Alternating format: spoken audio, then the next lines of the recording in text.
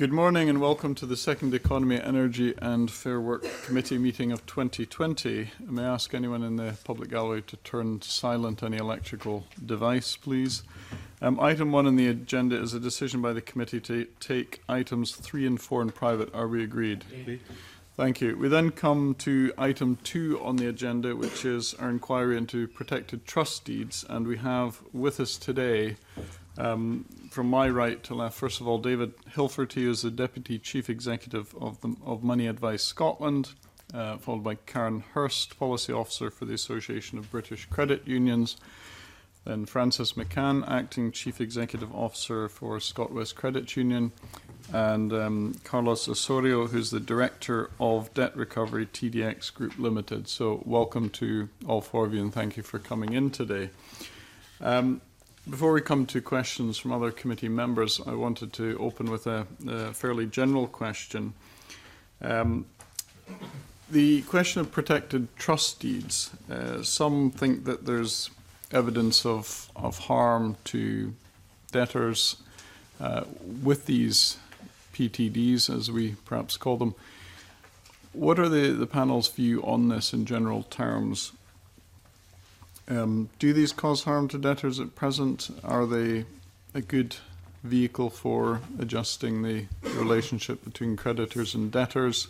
What are your views? Also, I should say, if you want to indicate just by raising your hand, and I'll bring you in if you don't manage to get into the discussion. Yeah, I'm happy to kick off on that one.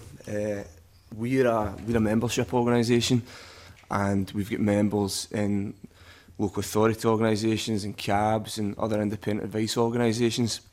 And I think it's fair to say that the occasions where our members in the free advice sector are seeing trusted cases is typically where something has gone wrong. It's typically when the person in debt has perhaps not been able to sustain the agreements, the trusted has failed to use the sort of parlance that's been used in the submission, and the person comes to the free advice sector. So it's fair to say that our members typically see these cases when something's gone wrong, and that influences their view on trust deeds. I think it's also important to view the issue in perspective. So around 8,000 people entered into a trust deed last year. Now, if we look at the amount of people who sought debt advice last year, we think that's around 150,000 people. And if you extend that further to the amount of people who are considered to be over-indebted in Scotland, that's 600,000 adults. So, in perspective, we're probably talking about a low proportion of people in debt who end up in trust deeds. But coming to the point about harm, I think it's fair to say that when things do go wrong, they go wrong considerably. And if I mentioned another financial product to you where somebody could pay £3,000 or £4,000 and find themselves back to square one and worse, I think you'd probably think I was talking about a risk investment fund rather than a product that's designed to give debt relief to people. So I think in terms of the harm, I'm not sure we quite know how widespread it is, but I think we should be sufficiently concerned by the level of harm when things do go wrong and the impact on people in debt. Right, I see others nodding, perhaps Karen Hurst. Of course. So yeah, speaking as a creditor on behalf of the credit union sector, as David said, trust deeds can be a good solution for many people, particularly those who are in a lot of debt and don't wish to enter bankruptcy. However, some of the trends that we're seeing in the kind of world of trust deeds are causing us particular concern. The committee's already spoken last week about some of the advertising. We think quite a lot of people are being brought into trust deeds when it's not the right solution for them. And our members, our credit unions, are feeding back to us that many of the cases that they are seeing from the outset, they are of the view that that's not the right solution for that individual. We're talking about people who were already over-indebted, they were already not living within their means. They're signing up to these solutions which are 4 or 5 years, which involve them paying back a significant amount of money, which don't look to be sustainable from the outset, and which are deemed to failure. And we're seeing that in some of the failure rates in some of the firms. And as David said, when that goes wrong, it really does go wrong. The consequences are pretty severe for those individuals who are not only back to where they started at the outset, but have probably paid a couple of grand in fees before it fails. And do you have a view on the issue of creditors being bound by the majority of creditors to accept a trust deed in the first place? So we have no problem with the. We accept that a majority vote is largely fair, and we also accept it. And within the current voting patterns, most creditors are voting in some point in some way. So therefore, I'm not sure there's much we can do to change that. It doesn't mean we're not frustrated by some of what's happening, but nevertheless, I do accept that as smaller creditors, we're not seeking a veto over some of these cases, but what we are seeking is for the AIB and the other regulators who are involved in this to fairly and appropriately apply the rules, which we don't think is happening. All right, thank you. And I should have also said no need to press any buttons. The mics are operated by the sound desk. So we'll come now to questions from Colin Beattie. Convener, there are tensions between giving debtors freedom of choice in deciding how to deal with their debt and getting the best results for the creditors. How much do you think a decision to enter into a protected trust deed should be controlled by legislation?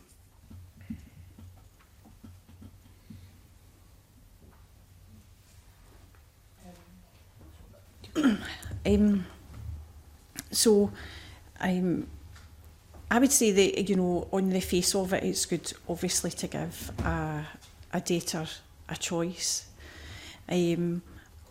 But from my perspective, when you look at the level of fees, and the insolvency sector tell us that is how much it costs to manage a protected trust deed, then if that's what it costs, then surely the professional advice should be that they should be able to give the debtor the solution that they need. And for me, I don't see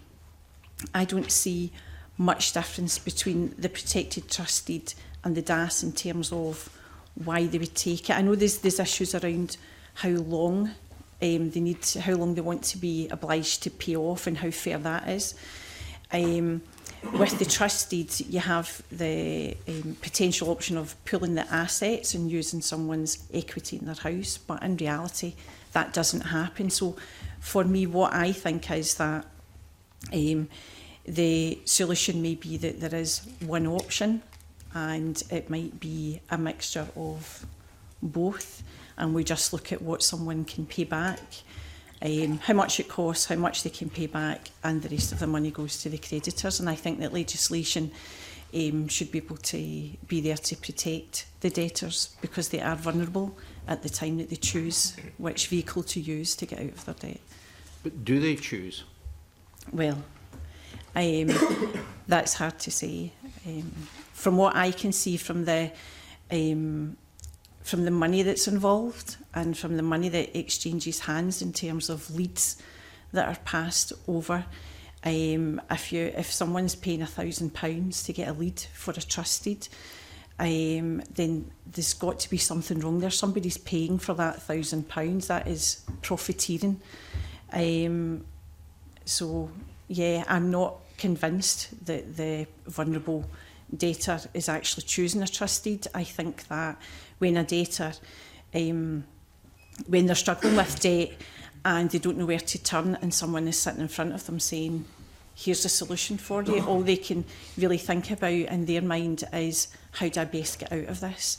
And I think that there are a lot of debtors who do get out of their debt through a protected trust deed, but I think that it's important to consider, is it proper that a debtor should be paying thousands of pounds in fees in order to get out of their debt, where they may not understand at the beginning what they're entering into?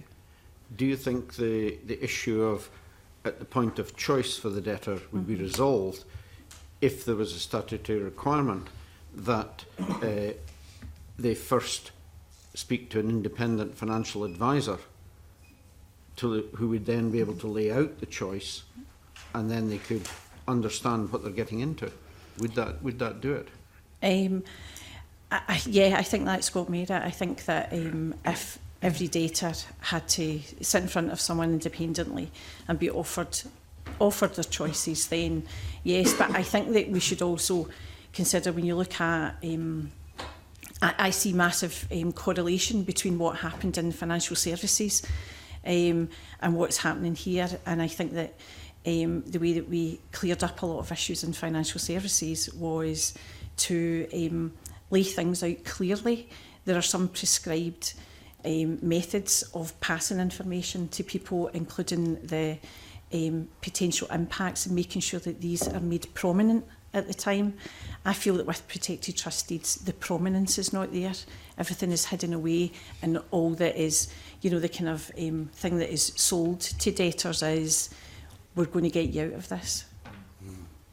Just to move on slightly, there are two reform proposals that are currently sitting in relation to protected trust deeds. Maybe I'll ask your views on the first one, which is increasing the minimum debt level to enter into a PTD. Is that the right way to go? I feel quite strongly that the minimum debt level needs to be increased considerably. If we look, so we heard from the accountant in bankruptcy last week that the average fees within a protected trust deeds, I can't remember exactly, but it's somewhere between about 4,000 and 6,000. As Richard Dennis says, there's not huge variation in that, irrespective of how big the debt is. So if you've got, I don't know, 30 grand of debt, I think that's appropriate that the fees are about 5 grand. If you've got 5 grand of debt, which is the minimum debt level to enter a trust deed, in which there are a lot of trust deeds happening in that kind of £5,000 to £8,000 area, then I don't think anyone can say it's appropriate, that a trust deed is the appropriate product there. I'm a wee bit dubious as to whether or not it does cost £5,000 for them to administer a trust deed, but nevertheless, assuming it does, we can't then say that a trust deed is an appropriate solution for somebody who only has £5,000 of debt, and that's what we're seeing in some of our members. So I think quite strongly that the minimum debt needs to go up considerably, and I do appreciate the argument that that may potentially leave a lot of people stuck in the middle. I would just point out firstly that that does happen already. As soon as you put in a minimum debt level, that happens. But then we need to look at another solution. I've heard some people speak about a protected trust deed light. We'd certainly be happy to engage the AIB on that. But at the moment, the product as it is, as it costs, is not an appropriate solution for many people who are in it. So what is the right level? I think I would say at least £10,000, if that's what it's costing. Does the rest of the panel agree on that? Yeah, I would agree with that. I think the point to make around minimum debt levels is that a low level of debt could be causing somebody on a low income a lot of problems. So I think you've got to view that proposal, and I think you've got to view all proposals against two tests really. Is this going to limit debt relief for people who need it? And secondly, are these changes going to address the huge harm that's taking place when things go wrong? Now, I think coming back to a point that was made just a few points ago, that the requirement to explore all options already exists. I think the concerns from the committee and the concerns from the sector as well is that that might not have been sufficiently and robustly explored. But I think it's important to view sort of the debt policy on a sort of spectrum. On one hand, you've got the view that debt solutions should maximise returns to creditors. On the other hand, you've got the view that it should allow relief to people in debt. It should allow people to make a fresh start. And I would have concerns about some of the arguments that a DAS that runs 5, 6, 7, 8 years is equivalent to a trust deed or bankruptcy even that runs for 4 years. Keeping people in debt for long periods is not progressive. We've commissioned research recently that shows that people endure hardship in the lead up to seeking advice, and they also endure hardship when they're repaying debts. I think a lot of the cases that we're seeing anyway, where trust deed was perhaps not the best solution, it wouldn't have been a DAS that the client should have been in. A lot of these cases would have been bankruptcy. Again, it would be the focus on another debt relief option. Just briefly, the second reform proposal that's out there is preventing a PTD from becoming protected if the debt can be repaid within 5 years. Is that reasonable? Yes, I would support that, yes. Why?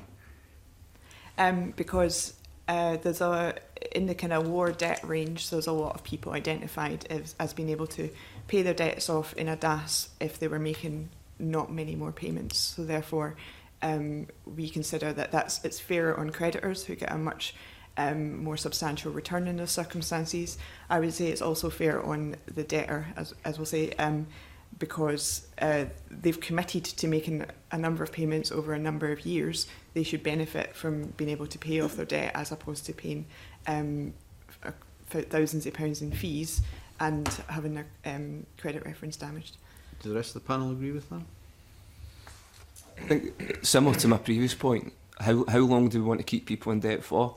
And you need to think about, and I know we discussed this when the CFT regulations were considered by the committee previously, how long do you want to keep somebody in a scenario where 100% of every spare penny they've got, 100% of their disposable income is going towards their debts? We currently don't have a way of assessing within the Common Financial Tool whether the contribution somebody's making leaves them with a socially acceptable living standard. I know we discussed that at length when the CFT regs were before this very committee. So the question I'd raise in terms of that is how long do we want to keep people in debt? 4 years is already a long time. If you think about how somebody's life can change over 4 years, let alone 5 and 6 and so on. So we'd have some reservations about that. Thank you. Andy Whiteman. Thanks very much indeed, and Convener. Do you, I mean, behind the problems that people face with debt is the question that we have relatively high levels of household debt in the UK and it's growing. Do you think that's the fundamental problem? I think that obviously that is a problem, but whenever I see the AIB publish the new insolvency stats every quarter, they tend to use the phrase that any rise has been driven by an increase in protected trust deeds. So I think there's a kind of inevitable, there would be a rise anyway, but I would argue that some of the market and some of the trends that we're seeing is driving people into trust deeds who, for example, as we've discussed previously, last year there was a campaign called the Big Debt Payoff, which was a competition to offer people the chance to have all their debts paid off. It's very clear that that's not aimed at people who already thought they were in problem debt. That's aimed at everyone. And when you entered the competition, it asked you 4 questions: your name, your address, your phone number, and then there was a drop-down box asking if you have less or more than £5,000 in debt. I mean, it's very clear that people are being pushed into trust deeds. Okay, we'll come on to the marketing in a minute, and there's more a general question about the levels of credit card debt and mortgages and stuff that there is in this country. Do we need to do more to tackle that? Absolutely. Indeed, I think it's one of the prevailing social policy challenges of our time. And you mentioned consumer credit debt, but the growing prevalence of people who are struggling with what we'd call cost of living debt is people who are behind on essential costs like council tax, like gas, electric, making cutbacks on things like food, school uniforms, these basic essential costs. And against that, in terms of the free advice sector, it's not well equipped to deal with that growing crisis. The free advice sector faces a funding crisis. Between 2015 and 2017, funding from local authorities dropped by 50%, at a time when cases are becoming more complex because of that rising cost of living debt, which is more difficult to deal with, and people have fewer options to deal with that. So absolutely, that's the wider point to address here. And I think if we've got some concerns about how some of what might be described as the private or commercial market is operating, then we need a strong, free, independent, impartial advice sector. And at the moment, in current trends, I think we're at great risk of losing that. Okay, can I ask about protected trust? When I started looking at this, I was under the impression that we have 3 debt relief solutions: bankruptcy, protected trust deeds and debt arrangement scheme, which we have.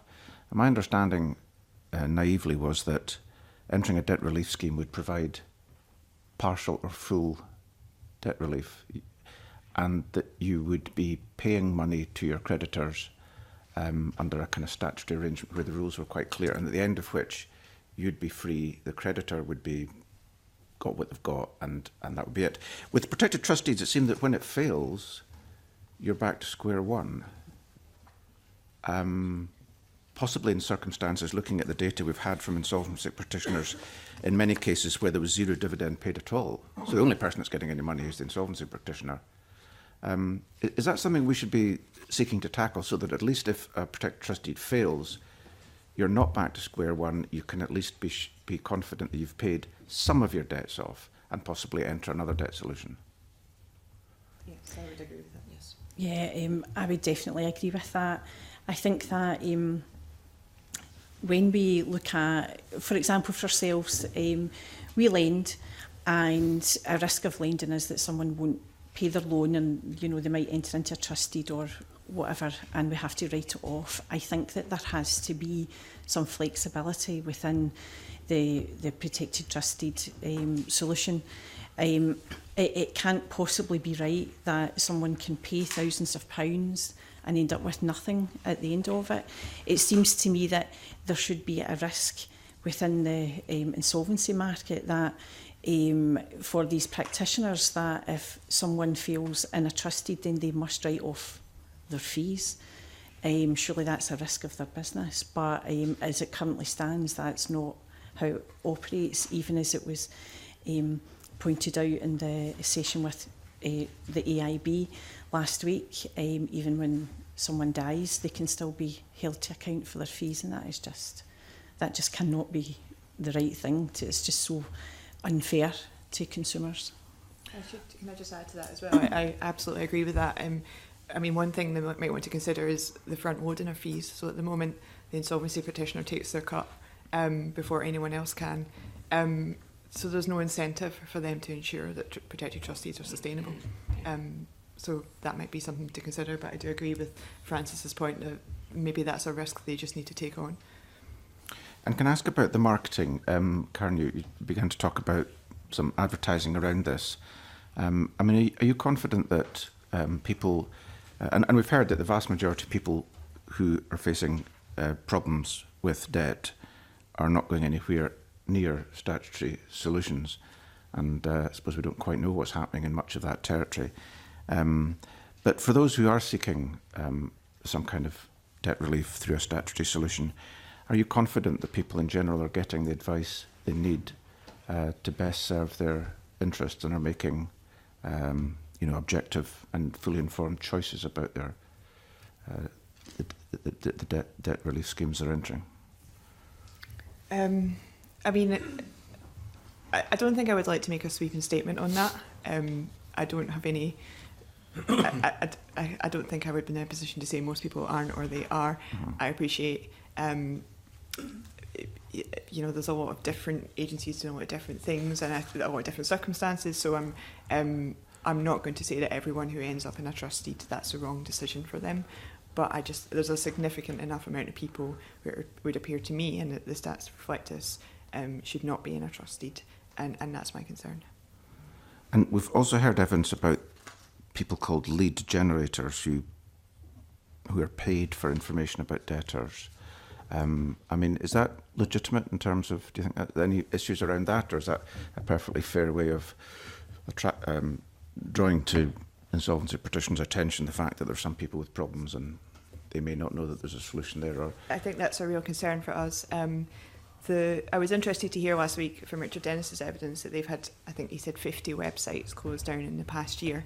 I'm just, given what we've sort of heard and we've seen in the written evidence about how, on paper, the insolvency world is tightly regulated. There's a number of different agencies.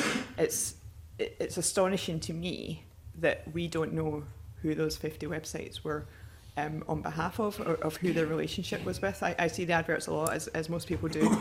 Occasionally I try and follow through the rabbit hole and get to the place where I can work out which firm this is on behalf of.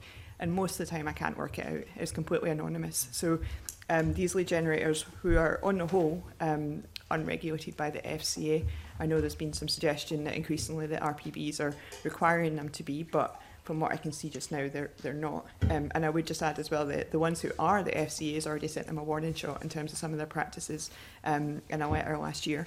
But so these 50 websites, I want to know who their clients were, who they're working on behalf of. As far as I can see, there's no agency, despite there being numerous different bodies with different interests in this, there's no agency holding the firms accountable who are presumably taking money are taking leads in exchange for money from these lead generators. So yeah, it's a real concern to me. I think a point that applies to both lead generation and the marketing is that it's clear that, and I know from watching the committee session last week that many of you have come across these ads and indeed then subsequently been inundated with these ads when you show an interest in social media and certain subjects. Now, if you look at the marketing, I think it's pretty clear that as much when the case gets to insolvency practitioner, there's a responsibility to explore all options. I think with some of this marketing, you're getting a clear steer down a particular path at the outset, at that initial point of contact. So it's not a sort of generic ad that says, get help with your debt now. It's 85% write-off. It doesn't say write off all your debts, as it might do if, say, the ultimate recommendation was going to be bankruptcy. It doesn't say freeze interest and charges and keep your property, as it might if you're leading somebody down a DAS path. The adverts emphasise certain characteristics that are uniquely identifiable with one particular solution. And I would just, if I can just add to that, sometimes the adverts have outright lies in them. So I just jotted down a couple I've noticed. There was one that popped up in my Facebook feed that says our service is completely free. Given that they're promoting I don't know who the there was, but given that they were clearly, I could recognise promoting a trust deed, I'm at a loss as to, I've never heard of a trust deed that is administered completely free. There was one I noticed that was advertising new financial management skills. To quote it, it says, a trustee develops your skills at budgeting. With sequestration, your debt is gone, but you will not have addressed your underlying poor habits. Again, I can't see how that's the case. I don't see what kind of education is happening alongside the debt management and trustees, and some claims about creditors that we have a fund and we expect to write off a certain percentage of all our debts. So there's no fund exists to kind of soak this up, and also creditors always prefer it to bankruptcy. Again, I think that's just a completely misleading statement. So it's not even just the case that they're directing people down a certain path, but sometimes it's just outright lies that's published.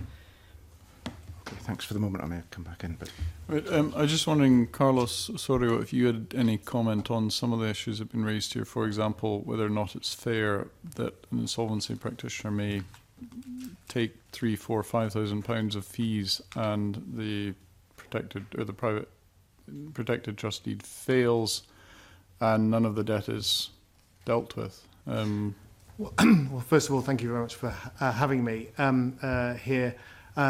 Just as by way of context, TDX is an FCA regulated business from Nottingham. A very small proportion of our business relates to trust deeds, perhaps 0.5% of what we do. So I have to defer a lot to my colleagues here on the panel who know more about this than I do. I think our approach at TDX has very much been putting the customer at the heart of this first, and ensuring that that they get the right results at the end. And I think in relation to trust deeds, we see that actually that the success rate is quite high. I know there's some debate about the exact numbers, somewhere between 80 and 90%. So it works as a solution for the majority of people who enter into it. But clearly it doesn't work for a small minority, and I think that needs to be a key focus for this committee. In relation to fees, I'm not sure I'm best placed to decide whether those fees are set at an appropriate level or not. Clearly, the obligation of the insolvency practitioner is to provide good and sound advice to the consumer in front of them, who's clearly approaching them from a situation of over-indebtedness. Fees need to be paid. I believe there are some costs that need to be covered. The structure of the fees, I think, could be looked at. Karen mentioned earlier around changing that structure, and there's some learnings from England and Wales around how that's changed and how that's actually improved the success rate. It's an emerging picture, but it's improved the success rate of the trust deed equivalent in England and Wales. So that's my view on that. And I mean, do you have any comment on the comment made, I think, by Karen Hurst, that there are cases where it fails, and you know on one view the fee should be written off? I mean, I suppose one could counter that with the point that insolvency practitioners are not going to do protected trust deeds if they're not guaranteed at least some fee or level of fee? I mean, is there a balance to be struck, do you think, in this, or is it as simple as saying if the protected trust deed fails, then the practitioner shouldn't get fees because it's failed? I think that there does need to be a balancing act, and I think it would always be helpful if the insolvency practitioner had some skin in the game to ensure that the trust deeds that they are originating gets to a successful outcome. Which, by the way, a successful outcome isn't really about creditor returns. To be perfectly frank, it's about ensuring that the consumer gets to at the end of the period, however that is, and has made some sort of contribution towards their outstanding obligations, but then can restart their life from that point on. Thank you. Richard Lyle. Yes, good morning. I've got two declarations to make. I am a member of a credit union, and I actually previously done what Mr. Carlos Osorio did in debt recovery. So we basically want to ensure that people get the best advice and that they're helped when they get into debt. And debt really is only when you're not paying something. It's credit when you're paying it. But basically, the question I want to ask you, creditors, in particular credit unions, have raised concerns that a significant proportion of repayments in a PTP go to cover trustee fees, as already suggested. It suggested that trustees should no longer be able to claim an upfront fee. Instead, they would be entitled to an ongoing proportion of the money gathered from debtors. Do you think this would work in practice or not? I think that it should be, as you say,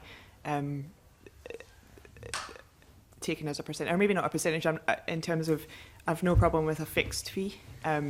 Obviously some problem with what we call outlays that are added to it, but in terms of them setting their fee at the outset, that's fine, but how they collect it, I don't think they should get priority. Yeah, well, as you already have said, how can we justify someone paying up thousands of pounds and those thousands of pounds going to the trustee, and at the end, if they fail, they haven't paid anything to a creditor?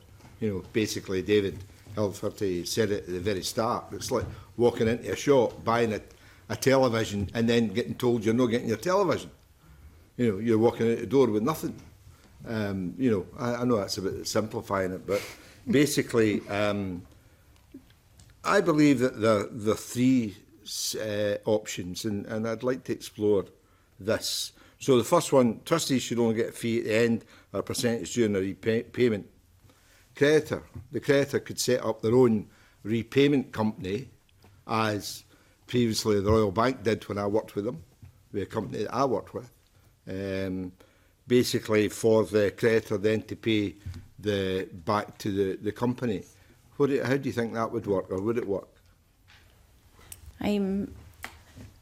It's hard to say. It's an interesting thought. What I would say in credit unions is we very often make arrangements with our members who are struggling. We will do anything that we can to help them, and the members are at the heart of everything that we do. What I would say is that you know, there's been a lot of talk about the pool between creditors and debtors and trying to get a consensus in regard to this issue, but from the credit union's perspective, we're concerned mostly about our members, and when you look at if they need help, so we accept that a risk of lending is that there's going to be delinquency and people are going to struggle with their debt. So we accept that, and if people have to enter into a solution, a debt solution, then that's fantastic, and we will do everything that we can to help. However, what the issue that we have is a protected trust deed or any solution is supposed to maximise returns to the creditors, and it's very hard to look at a solution when most of the fees are going to the person in the middle who's sorting that out. So we feel very strongly that it should be for the benefit of the consumer, our members, but there should be more of a balance. So that's an interesting concept. Yeah, so in terms of ourselves. I found when I did that job that Yeah. I did for many years, is that people were pressured Yeah. into going into an arrangement. Whereas if they sat down with me or people who worked with me, we could negotiate and even agree a price a week or a month, and then maybe drop that down if they had a hard time. Because, you know, David actually touched on it earlier, it's hard out there. Yeah. People are facing weekly costs of providing food and lighting and heating and whatever. So, you know, there are, and people's life changes. You go through your life, you know, people started off, they had no money. Now you're maybe in your 50s, 60s, and you've got loads of money, as somebody used to say. But basically, debt collection or credit recovery is basically an art of negotiation with the debtor. And basically, that's what I'm getting at. If we get into a situation where we have this middleman, a middle woman, they're actually taking their percentage, and the credit union gets nothing. Let's be honest here. You might get your payment back or a percentage, but if you get a middle person, you'll get nothing. Yes? Yep. Right, what about the third suggestion? The accountancy and bankruptcy should take this on and solve it for everybody. Well, that would be They'll wonderful. They'll love me for that suggestion. But basically, the point I want to make, and I don't want to labour it too long, we have people who owe money, who have hidden from it, run away from it, stuck their head in the sand, use every connotation you want to make. They suddenly realise we need to do something about it. They're hot with these people who are ripping them off. And I make no apology for saying that. Ripping them off. And they've taken away the money that you quite rightly have lent them, and you're not going to get it back because these people are ripping them off. So how do we solve it? Do we cut? And maybe work for some people, yes, I don't dispute that. But for lots of people who don't, so how do we solve it? You're the experts. I'm trying to give you the lead. You tell me. I think it bears repeating that, notwithstanding concerns from creditors, and particularly small creditors, when things go wrong, the impact here is on the person in debt. The impact's on the person in debt. Now, I mentioned that debt policy exists in a sort of spectrum, where on the one hand you've got maximising returns for creditors, another you've got prioritising debt relief and giving people a fresh start. I think we need to adjust to the changing profile of people in debt, and I mentioned that previous as well. The large majority of people who are presenting for debt advice at the moment, it isn't because they're feckless or they're reckless or they've got low levels of financial capability. It's because they've got into debt and they've borrowed to live. They've got into debt to meet essential living costs. With that changing profile of client, I think we need to look a whole lot more about what we're doing to prioritise debt relief and give people a fresh start. Another thing I think we need to do is to fund the free advice sector properly. Now I'm going to say that, I'm not. But if you've got concern about people who are potentially making decisions that are incentivised, then the free, impartial, independent advice sector needs to be properly funded to deal with the growing numbers of people in problem debt.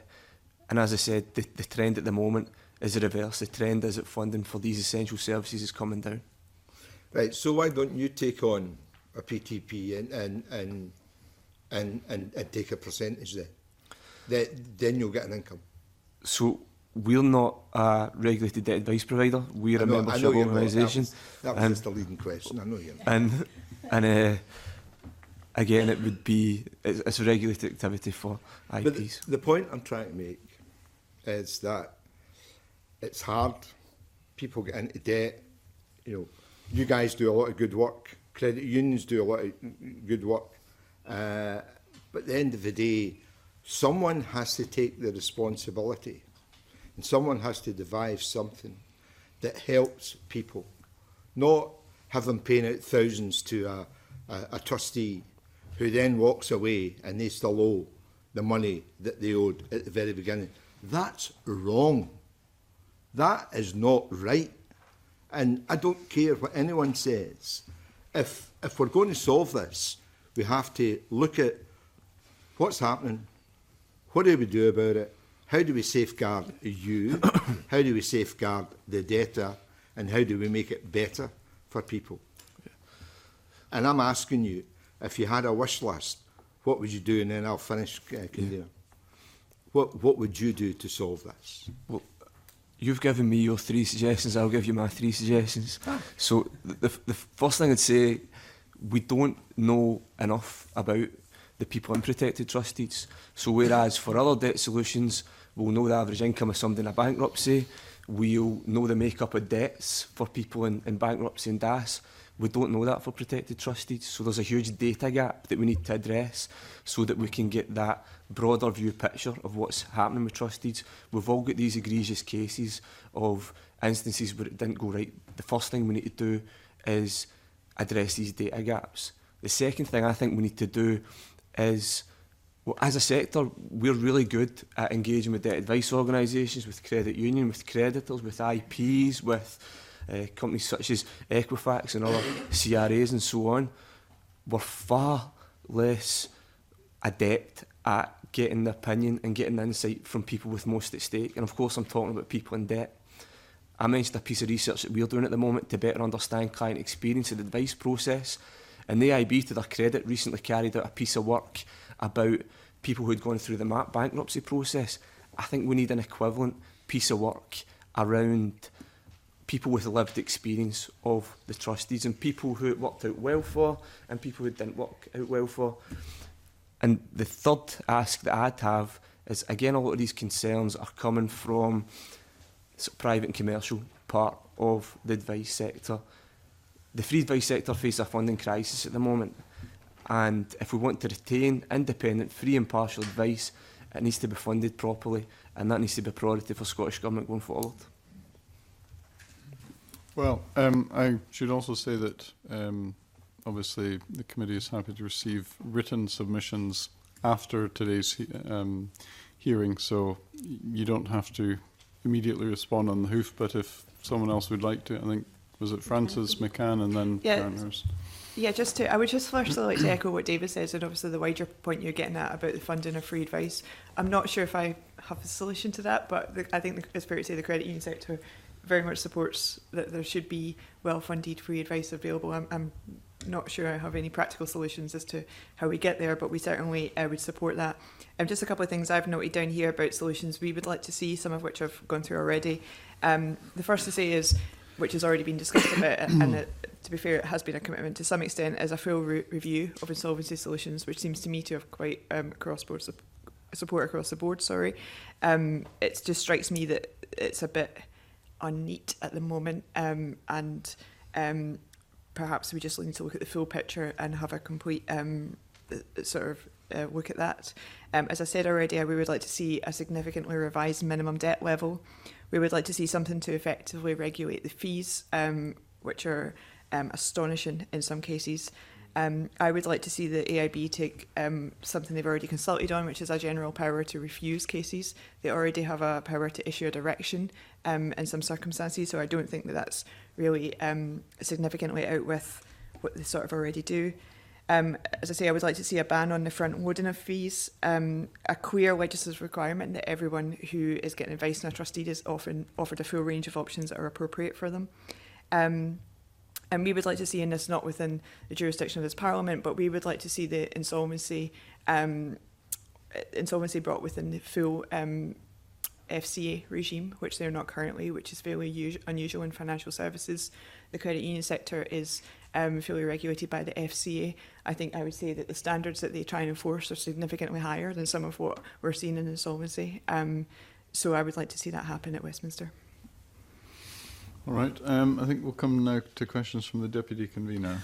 Thanks very much, Convener. Good morning. And I should also declare I'm a member of the East Ayrshire Credit Union as well. I just wanted to pick up on some of the themes that have been discussed relating to credit unions and perhaps give you an opportunity to explain to the committee what is particularly unique, would you say, about your experience within the credit unions that makes you perhaps more vulnerable to this market than other sectors? I would say that where in terms of our business model, we're probably more vulnerable. If you compare us to the larger lenders, where they can mitigate the risk of their debt via many streams of business that they have. So we also are held, I guess, captive, if you like, to this to the sort of agreement with the large lenders that we find ourselves entered into a voluntary arrangement where we've had absolutely no say in whether we want to enter into that at all, because there are agreements in place within the insolvency sector and the larger lenders, which they say, well, as long as I get 10% return, that's fine, so the rest of us have no say. So we're vulnerable in terms of we're smaller and we have no say in what happens.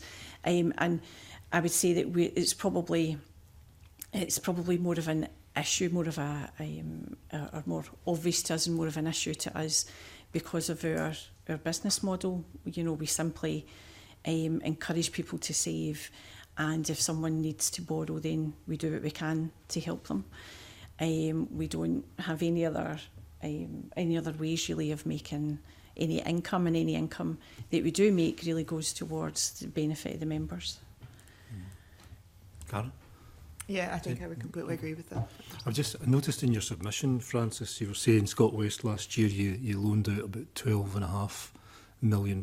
By and large, are you getting most of that back, or are you losing a substantial amount of it due to some of these arrangements? Certainly I could get you more specific figures to you, but last year at Scott West we wrote off over £500,000. That's not directly in correlation to that 12.5, but probably about, to my recollection, about 260,000 of that was directly to protected trustees. In general, we find that our arrears are fairly manageable. Our arrears sit about 0.4% of our loan book.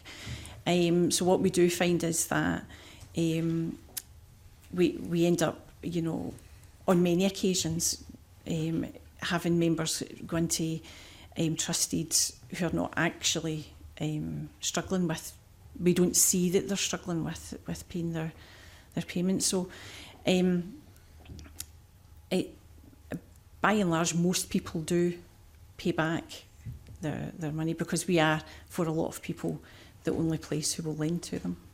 Mm-hmm. And if you don't mind me asking, a member that comes to you for a loan from the credit union, do you, and then you give them that loan and they regularly begin to pay back, are you able to keep that person with you when they come to you and say, I'm really struggling to even repay that back? Or are you losing them to these other mechanisms and they find themselves dropping into a PDD? How does the process work for your own members? I think there's a bit of a mixture. It depends on the individual. We try and put the message out to our members. We have it on our website and all of our loan pages. We have a link to a page that directs them to free advice. We encourage members to speak to us if they have problems. We tell them that we'll help them. But I guess it depends on how bad that person feels at the time. You have people who react differently. You have people who will phone us and say, I'm really struggling, can I have help? And we'll reduce their payments. We even write off debts for people when they maybe become ill and they can't work anymore. And we look at that person as an individual and do the best thing for them. We have a massive amount of forbearance for people who are struggling. And we do what we can to the best of our abilities, but we are, I guess, like competing against the massive marketing campaigns that you see. And my understanding is that there's a lot of lead generation is done from people who are merely just searching loan sites. And this is anecdotal. So one of my colleagues has done a bit of research into it, but my understanding is that lead generation is maybe targeted at people who borrow rather than targeted at people who are currently struggling. So we do help the people that we can, and we encourage members to contact us or seek free advice. you know, that's probably as much as we can do, but it depends on the individual. Okay, where they lastly, go. if credit unions were excluded from the PTD process, which has been in several of your submissions, who does that benefit most, the credit unions themselves or the debtors? I don't necessarily agree with that view, to be honest with you. I think that if a person is struggling with debt, you know, where do you stop? I know that student loans are excluded, but what do you exclude? Do you exclude council tax? Do you exclude other things, credit cards? I think that it needs to be the best thing for the debtor. I think if credit union loans were excluded from trust deeds, then the only person that benefits is the credit unions. Now, don't get me wrong, that might be good for us, but if a person is in a trust deed and they're struggling to pay their other debts, chances are they're not going to be able to pay us anyway, whether we're excluded or not. So I think it really needs to be the best solution for the debtor. As a creditor, obviously I would like our returns maximised where possible. Okay, thank you for that. Thank you very much. Gordon MacDonald. Thanks very much, Convener. I wanted to ask about AIB audits. I had this discussion last week with the AIB. Over the last 3 financial years, there's been just short of 20,000 new registered protected trust deeds. Yet the number of audits that the AIB have carried out over the last 3 years is 66. Now, we got information this morning that highlights that by company, their performance against a whole range of parameters. And there is one company, I'll not mention them, one company, 93% of their cases, the admin costs have increased by 25% or more. There's another company here who 51% of cases where 0 dividend was paid. And in terms of failed PTDs, there's some companies who perform very well in terms of the percentage, and obviously every case is different.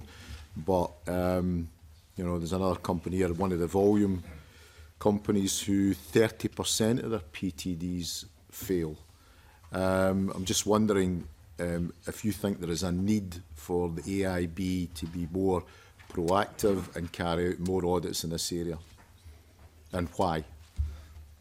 I would say so. I mean, I'm fairly well engaged with them. I would say that the Protected Trustee team are incredibly helpful whenever I've gone to them with something that's I've come across. But as you say, I think there needs to be a more a system or something, because it would appear that it needs to be raised with them before they would address it. And even then, I'm not.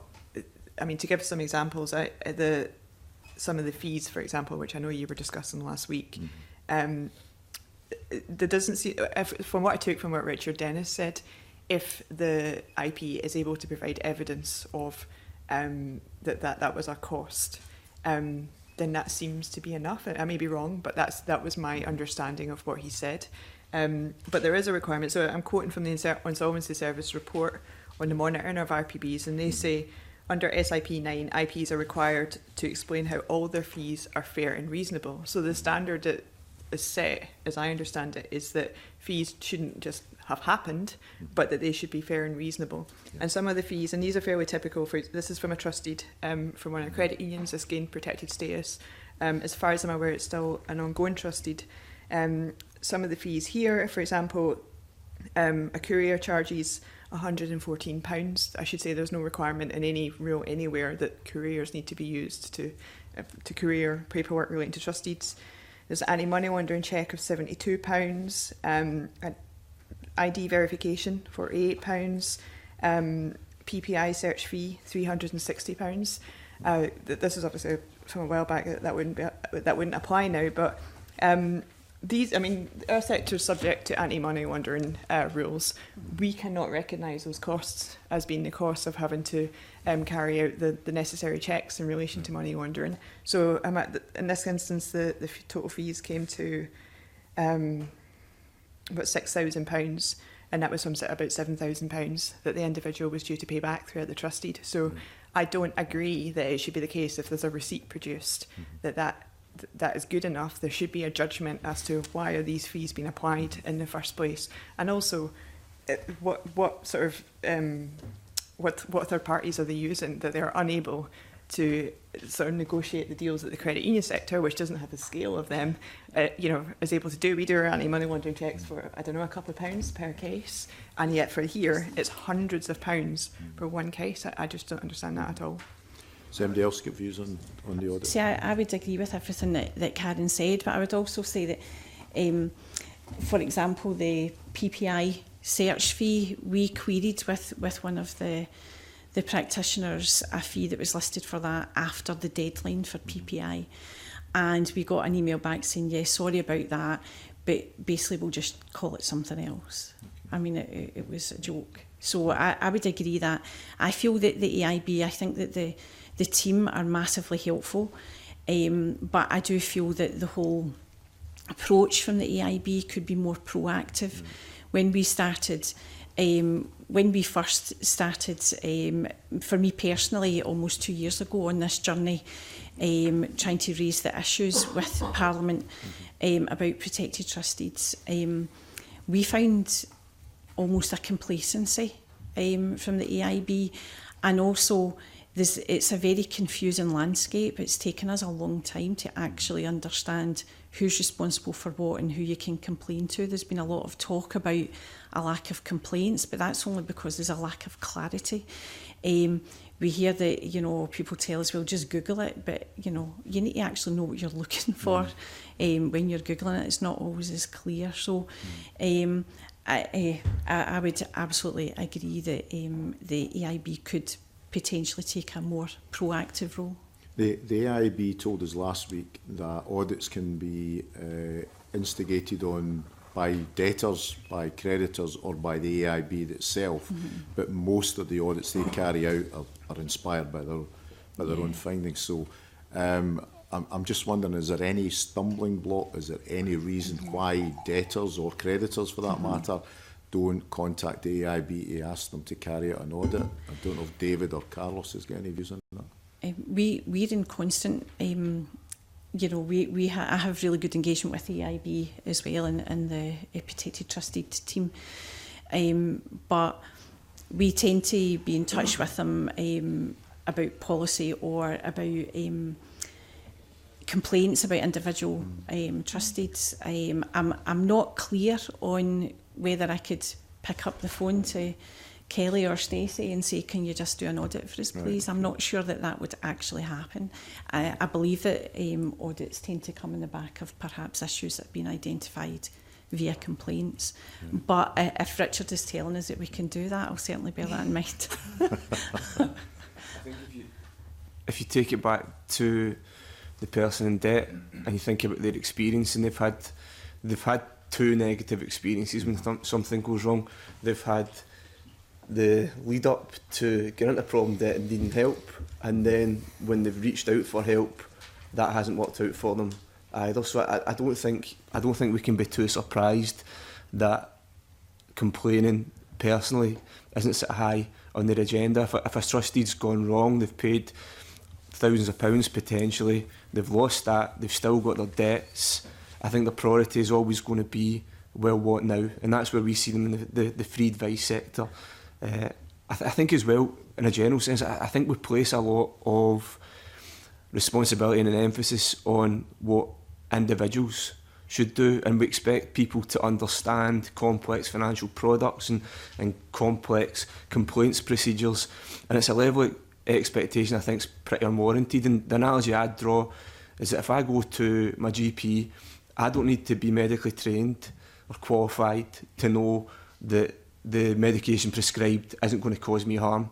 Equally, you shouldn't have to be a trained money advisor or a qualified insolvency practitioner to be assured that you're not going to be caused harm when you're accessing these debt products. And I think that's what it comes back to, and how we address that harm. In terms of the audits, when the AIB carry out their audit and they come up with findings or recommendations, they don't publish that anywhere. And I was just wondering what your views were. The Insolvency Practitioners Association did a bit of digging last week, and I found their warnings page where there was breaches of their ethics code, and it gave a list of examples, all anonymised, I hasten to add. but is there a need for the AIB to publish at least, say, once a year the type of findings it's found when it's carried out those audits, so that people are more aware of the pitfalls if they enter into a PTD? I would welcome more transparency, absolutely. Okay, thanks very much. Jackie Bailey. Thank you, Convener. My questions have largely been covered, but I think some of you mentioned your attraction to having independent advice at the start of a protected trust deed process. How do you think that would be funded? Because there are gaps in the provision of that advice across the country, and I wonder whether David might want a first stab at this. Absolutely. Well, as I said, the context is that the sector's facing a funding crisis, the likes of which I don't think have been seen before. On the other side of that, there's a lot of people who are making a lot of money out of people in debt.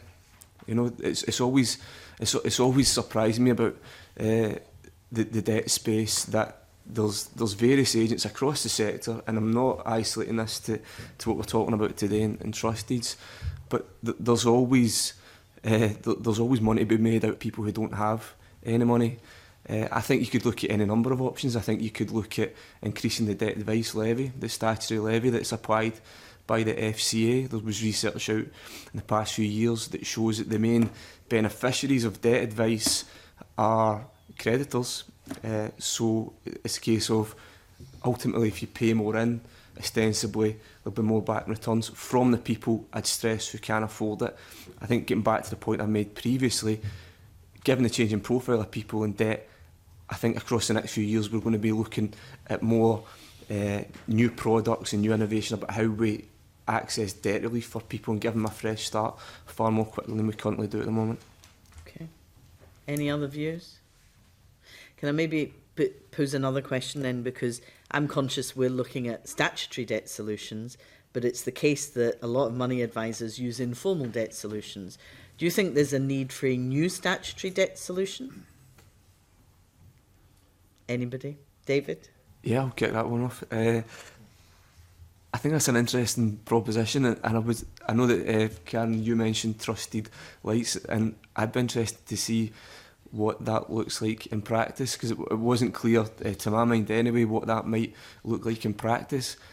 But again, I think we're probably, and here's where we'll probably deviate somewhat from our colleagues in the credit union sector.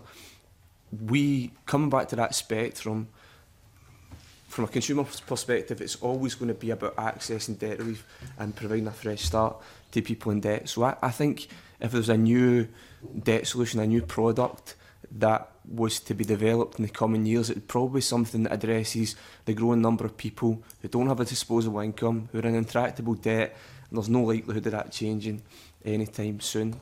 The kind of people who are struggling with essential living costs, and there's no likelihood for great change. I think that's where we need to be looking at other, if not statutory solutions, other ways of helping people in those circumstances. Okay, I'm seeing nods across the panel. I don't disagree with that. I mean, as identified earlier on, if a trust deed costs average £5,000, then you have to accept it's not for everyone who have debt in that similar range. I appreciate DAS is not for everyone because there is a requirement to have repaid your debt over a certain amount of time, and for many people that's just not achievable. So if you accept both of those, then there certainly may be room in the middle. I don't disagree with what David just said, actually. I'm aware there's a sort of minimal asset bankruptcy, but which is obviously so I think it's 1,500 to qualify for that, but clearly there's a lot of reservations, sometimes justified, sometimes not, about entering bankruptcy. So that's a challenge there. I would say maybe that product is not working. Well, I don't know much about it, so I don't say it's not working, but clearly people maybe don't want to enter that if they're in that kind of range. So we would certainly be, I don't know if I have in my head what a PTD Lite or another product would look like necessarily, but I certainly I think it's worth exploring. Okay, thank you very much. Jamie Halker-Johnson. Thanks very much, Camilla. It's just a very quick couple of questions. How is most of the advice at the earliest stages and then the support actually provided to those in debt? I mean, kind of physically provided? Is it majority face-to-face? Is it some. So, for trust deeds, I'm not quite sure. That might be a question better posed to the second panel. For free advice in Scotland at the moment, the majority of that is still coming through face-to-face providers, and in the piece of research I referenced earlier on, we asked people, a demographically representative sample of people in Scotland, how they want to access debt advice, and 65% said they want to do it on a face-to-face basis. So that gives you an insight into the current channel preference for people who will be accessing debt advice. Okay, because I know this has been kind of touched on both in the evidence session and also today. Obviously, in certain parts of Scotland are very different to other parts of Scotland. So, how consistent is that support, the advice at the initial stages, and also throughout, whether it's a protected trust deed or DAS or bankruptcy? How consistent is that support across Scotland, and are there areas where we're really struggling to make sure people have the access to the support they need? Well, absolutely. Across the Scotland's a part of the UK with the somewhat ignominious accolade of being the area where demand for advice is most outstripped by supply. And there's a good piece of work that the Money Advice Service, now the Money and Pension Service, completed, I think it was in 2018, that breaks that down into local authority area. So without recalling the sort of specific divergences across the board, it's something that happily send across to you after the session. That'd be useful. So any looking at these solutions that we have at the moment, part of that maybe will be that access as well to those services, how that advice goes on a longer term basis. Okay, thank you. All right, well, thank you very much to our four witnesses for coming in today. I'll suspend this part of the session to allow for a changeover of witnesses for our next panel.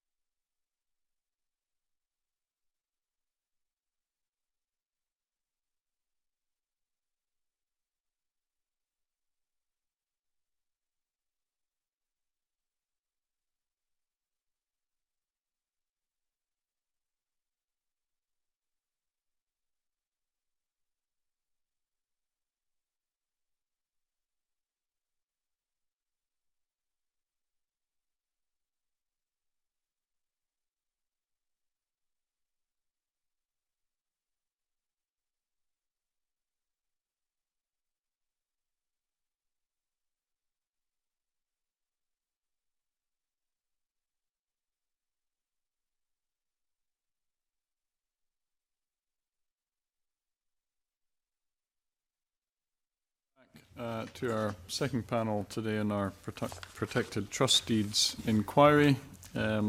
We have with us, starting from my right to left, Michelle Thorpe, who's the CEO of the Insolvency Practitioner Association, Graham MacLeod, who's the Head of Operations at Carrington Dean. Graham MacLeod. David Menzies. I think I'm reading off the sign which has not been changed, so I think it's actually David Menzies, who's the Director of Practice at ICAS. Perhaps if you nod to confirm. And then we have, Graham MacLeod, who's the Head of Operations, Carrington Dean, and finally Ian Fraser, who's the Chair of R3 Scottish Technical Committee. So welcome to all four of you. Thank you for coming in today. May I just start with a general question, ask what your views are on protected trust deeds? Are these something that is harmful to debtors, to creditors? What is your view, perhaps at the outset, on whether or not these need to be altered or changed? To kick off on that one, I mean, I think it's important, I guess, to recognise that PTDs are just one of a number of solutions within the debt landscape. I think within the ICAS submission I set out at the back, the appendix, which set out the differences between the different debt solutions. I think we have concerns around how some of the debt solutions have come together over the last few years, that now actually, the differences between some of the debt solutions are not too dissimilar. And, a lot of that then comes down to debtor choice at the end of the day, which I think is the right thing to do. So do protected trust deeds have a place? Absolutely. I think they absolutely are beneficial for debtors in the right solutions. Are they always the panacea for every debtor? Absolutely not. And I think that's, the important part is really around debt advice and making sure that debtors get into the most appropriate debt solution. I think I've heard from a number of the previous witnesses talking about PTDs being the wrong solution. I think that's very dangerous because I'm not sure that those witnesses would have had the full details of that individual's full circumstances. And quite often, my experience when I was in practice was that the difference can turn on just a very, very small bit of information. And unless you actually have that bit of information, you can't come up with that. And as I say, given that a number of the debt solutions are very, very similar, it's difficult to see how one is right and one is wrong. They're both just slight variations of the other. One might have a slight preference or a slight advantage or disadvantage over another. And at the end of the day, the debtor makes that choice. But I suppose they might be wrong in, or not the best solution, if I can put it that way, to particular individual cases, in some cases. And also, is it a matter of judgment whether or not one takes one route or the other, whether it's protected trust deeds or a different solution to a particular individual's circumstances? I mean, again, my experience when I was in practice is that there's very few situations that you'd come across where there is only one solution, which is the absolute one. Nothing else is appropriate in any other circumstance. And that tends to be, I would suggest, really where there is just so much debt, no available income, no available assets, no ability to repay any of the debt going forward. And then the only solution to that, to give debt relief, is sequestration or bankruptcy. So, that tends to be my experience, but I suspect some of the other IPs might be able to give a view on that as well. Yeah, again, as an IP currently in practice, I would concur with that. It's not just a black and white as to what the best solution is, and genuinely in the cases I've dealt with, and I have in my career probably dealt with, my partner and I have probably dealt with over the last 10 years, 5,000 to 6,000 trust deeds, and it very, very often will turn on one piece of information. Sometimes that information cannot be, for whatever reason, cannot be fully disclosed to the creditors, but it is not just a black and white. Graham MacLeod. Yes, I think just if I could take the committee through the process of an individual coming into a trust deed. So at Carrington Dean, we spoke to over 40,000 people last year, 93% of which were not suitable for any of the solutions we provide. We provide all three: trust deed, DAS and indeed bankruptcy, if that's the appropriate solution for the client. Now, we have an advice team who will go through the client's bank statements, they'll go through their pay slips, they'll go through their creditors, and they will offer advice based on the findings from that assessment. At that point, they'll run a credit search to confirm the balances owed by a particular client, and they will make a recommendation which, as David and Ian have correctly pointed out, is not always as simple as there's one. It could be a couple of different options, probably most likely in our case a trust deed or a DAS. At that point, that will be discussed with the client and the way forward will be agreed. We would then submit the client to a SIP3 call, which is basically a kind of interview to confirm the information that's been gathered. Now, if you look at our submission on pages 15 to 20, there is a kind of rough script. That's the kind of, you know, process that a client goes through when they're signing up to a trust deed. After that, should they wish to still go through a trust deed, and if we are confident that that's the best option for them, we would produce a proposal which they would be sent, they would sign that and they would return it to us, and then we would advertise that in the Register of Insolvency that the accountant in bankruptcy administer.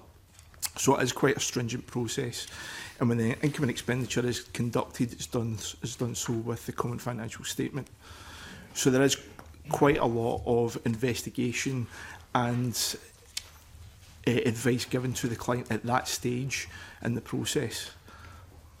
So at Carrington Dean, we're always trying to make sure that our clients go in with a full view of the options and the pros and cons of each. We'll come now to questions from Colin Beattie. Thank you, Convener. Creditors have raised concerns that a significant proportion of repayments in a PTD go to cover trustee fees.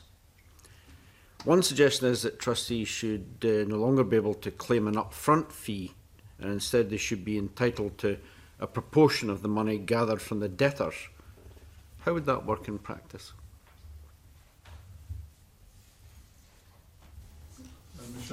I think there's a stunned silence there. Thank you very much, and thank you very much for inviting me to speak to you today.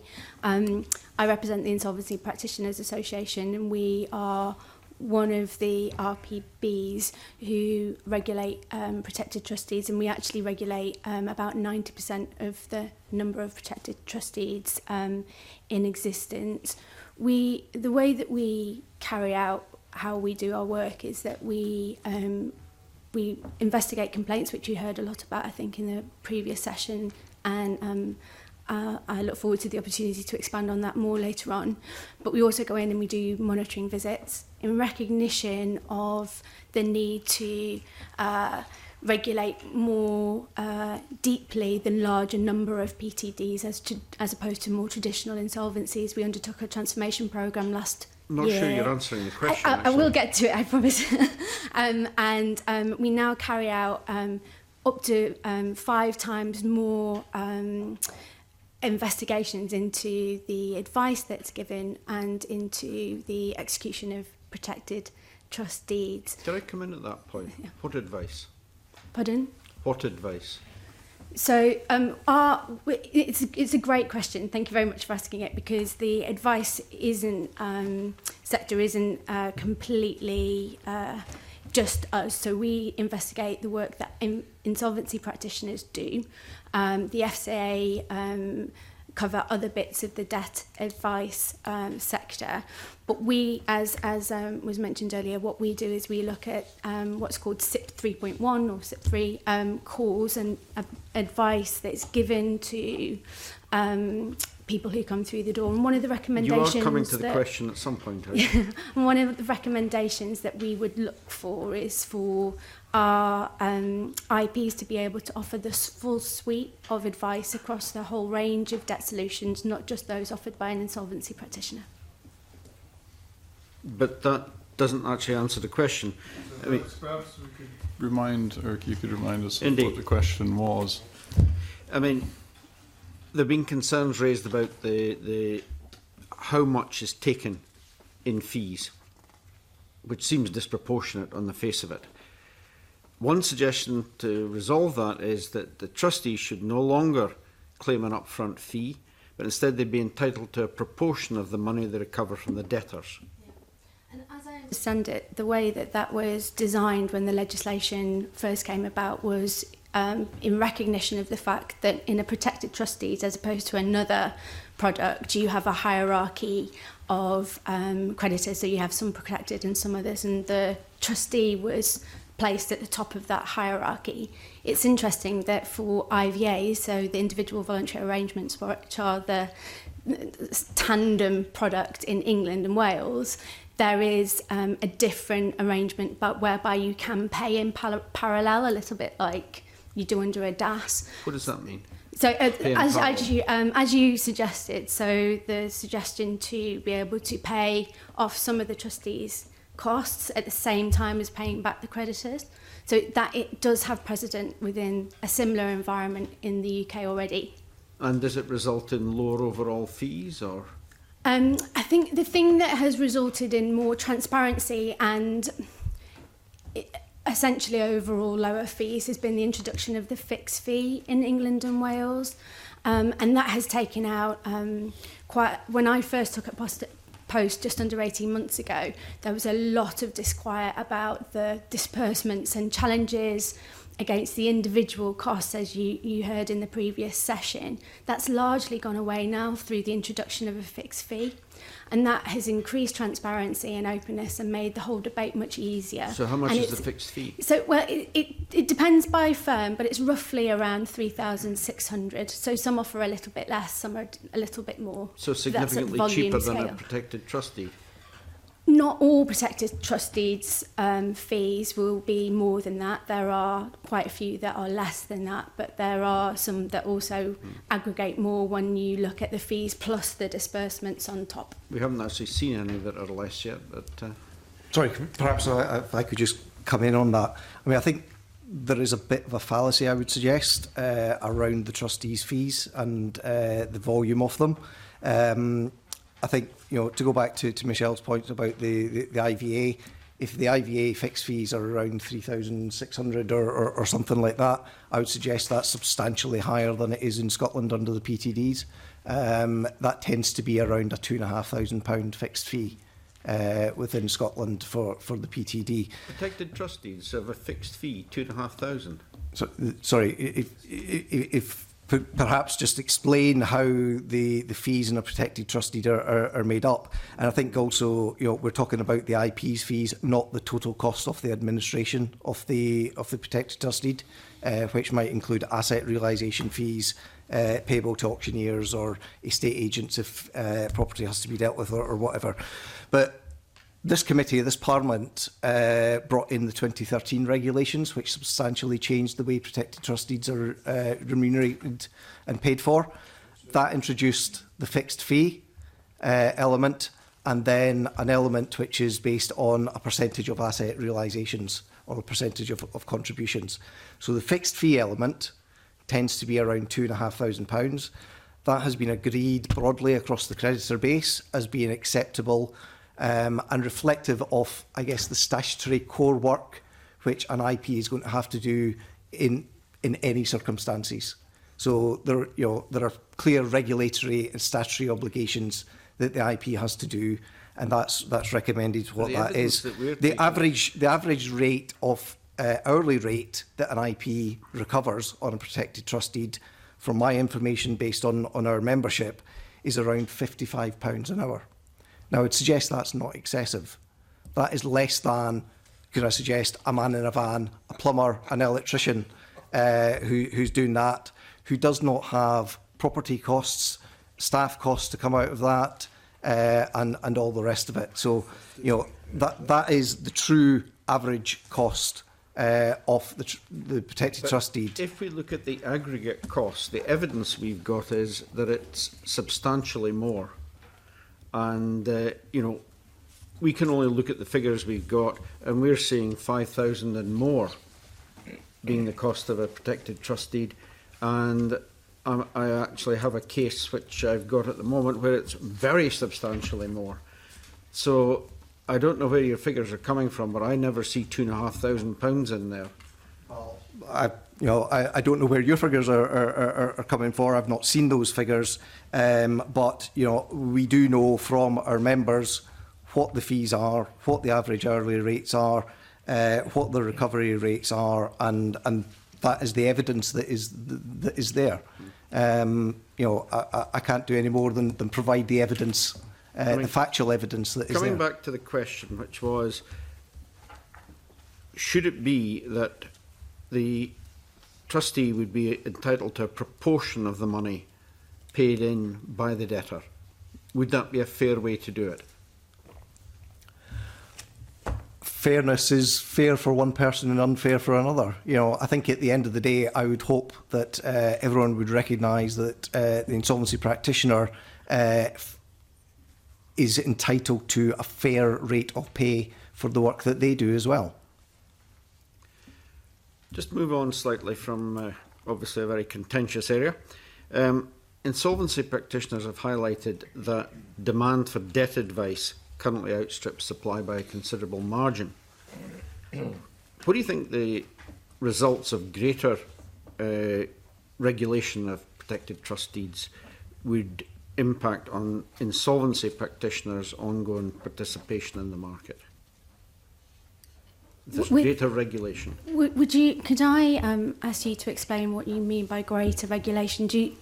Well, there's a number of different things that are causing concern, whether there should be, for example, a statutory requirement for an independent financial advice to be given before you enter into a trust deed, that sort of thing. I mean, there's other things being sort of moved around that people are talking about.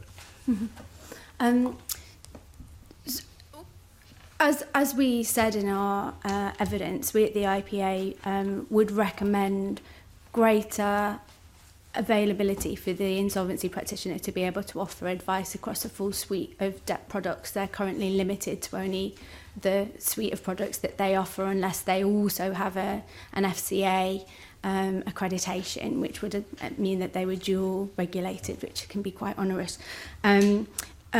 Other elements of advice suggestions that you've recommended would complement that availability, but I think the restrictions from the current setup, which prevent different bits of the advice, the different bits of the insolvency practitioner's suite of information, inhibits the ability of a person seeking help from getting the information from the source that they are interacting with. But as far as I've seen, the evidence is that the insolvency practitioner doesn't really give advice. They have a product which they make available. They're not giving advice. I mean, if someone comes to an insolvency practitioner as a result, for example, they've seen an advert about protected trust deeds or how to write their debt off or whatever, they're not going to be sat down and explain the difference between DAST, PTD and bankruptcy, are they? That's in actual fact what does happen, yes. So with the client is given the full range of options. We are, Carrington Dean are one of the organisations which, as Michelle alluded to there, are dual regulated. So we're regulated by both Michelle's organisation and the FCA. So we are able to offer DAS, trust deeds and sequestration, and we give advice on all three. And yet the evidence from people who have been involved in protected trustees seems to indicate that they don't get that advice, that there's a gap in the market there. Well, I can only speak for the way that we do things, and the way that we do things is we give advice on all three. With great respect to the evidence that has been presented by the committee, one of the imbalances that we are experiencing as regulators in this sector is that the evidence that we have is not commensurate with the evidence that you're hearing, which is one of the reasons why we welcome this investigation. The complaint numbers that we get through are very, very, very low, which says to us that the vast majority of people who go through a protected trust deed are not experiencing you the referred kinds to of evidence problems. there. Would you be prepared to share that with the committee? I would be more than prepared to share it with you, of course, yes. We gave some figures in the evidence that we've already submitted, and we'd be more than willing to give you any more evidence that you would need on complaints and the numbers of complaints that were investigated and upheld. Well, it's yourself that's making the assertion that what we're hearing as evidence isn't the full case. But therefore, I would put it to you that it's for you to decide what evidence you want to give us to support the case that you're putting forward here. Well, I guess if I look at the total number of complaints over the course of the last couple of years, if you look at the numbers of insolvencies, it's about 300,000 in total, including personal insolvencies, including England, Wales, Northern Ireland and Scotland. We're seeing about 200 to 300 complaints in total a year. It's very low when you get to PTDs, just 13 in 2019, 7 in 2018 and 17 in the year before. So they're very, very low. Now, I know that I've heard from other committee members that the concern is that they're either it isn't the first thing that is on a possible complainant's mind when they're going through financial difficulty, or that it's difficult to engage with the complaint system. When I look at other indicators of failure, such as we have quality assessment processes that can look at whether the complaints that we're investigating have come to the right conclusion. They're not overturning our decisions. We're not getting lots of complaints about them, and we're not seeing things like successful JRs that would tell us that the processes aren't working. When I've tried to, when I first started working in the IPA as a sort of newbie, tried to work out how to complain, I have to say that I did find it really, really easy to find the complaints gateway, and I think that's a benefit of the introduction of the single gateway. Every single one of our insolvency practitioners are required to have a complaints procedure that's easily identifiable. So Graham's organisation has it on his front page. If you Google insolvency complaint, it's there on your first page as your introduction to the government's gateway. That's not to say there's not more we can do, and I've already engaged with the credit union representatives from today to talk to them about ways that we can enhance their understanding and their members' understanding of ways to complain and engage.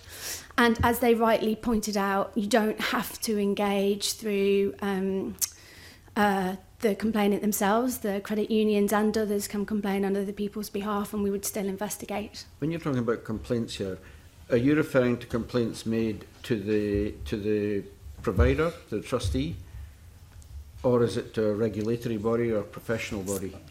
So the numbers that I quoted were complaints through to us through the gateway. Through to yourself? Yeah, yeah. And you investigate them? Yes. Okay. Just to come back to what you were saying, Mr. Menzies, I mean, I think your point about an average of £55 an hour was to illustrate the thought that it's not an unreasonable charge for a professional person's time. But I think the point that was being made is more about the question of if you have someone with debts of £5,000 and you start with a fixed fee of £2,500, or even if it's £7,000, you start with a fixed fee of £2,500, can that always be a fair fee? Because surely in some circumstances it may not be. And is it fair to look at this in the way that we might look at car insurance, for example? We all have to pay it if we drive a car, and the unfortunate person who has the accident benefits from the fact that everyone's paid in, so it cross-subsidises it.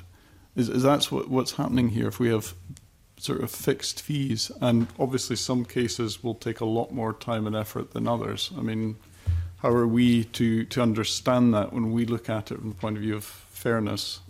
I think when you look at a comparison of fees against debt, I'm not sure that's an appropriate comparison.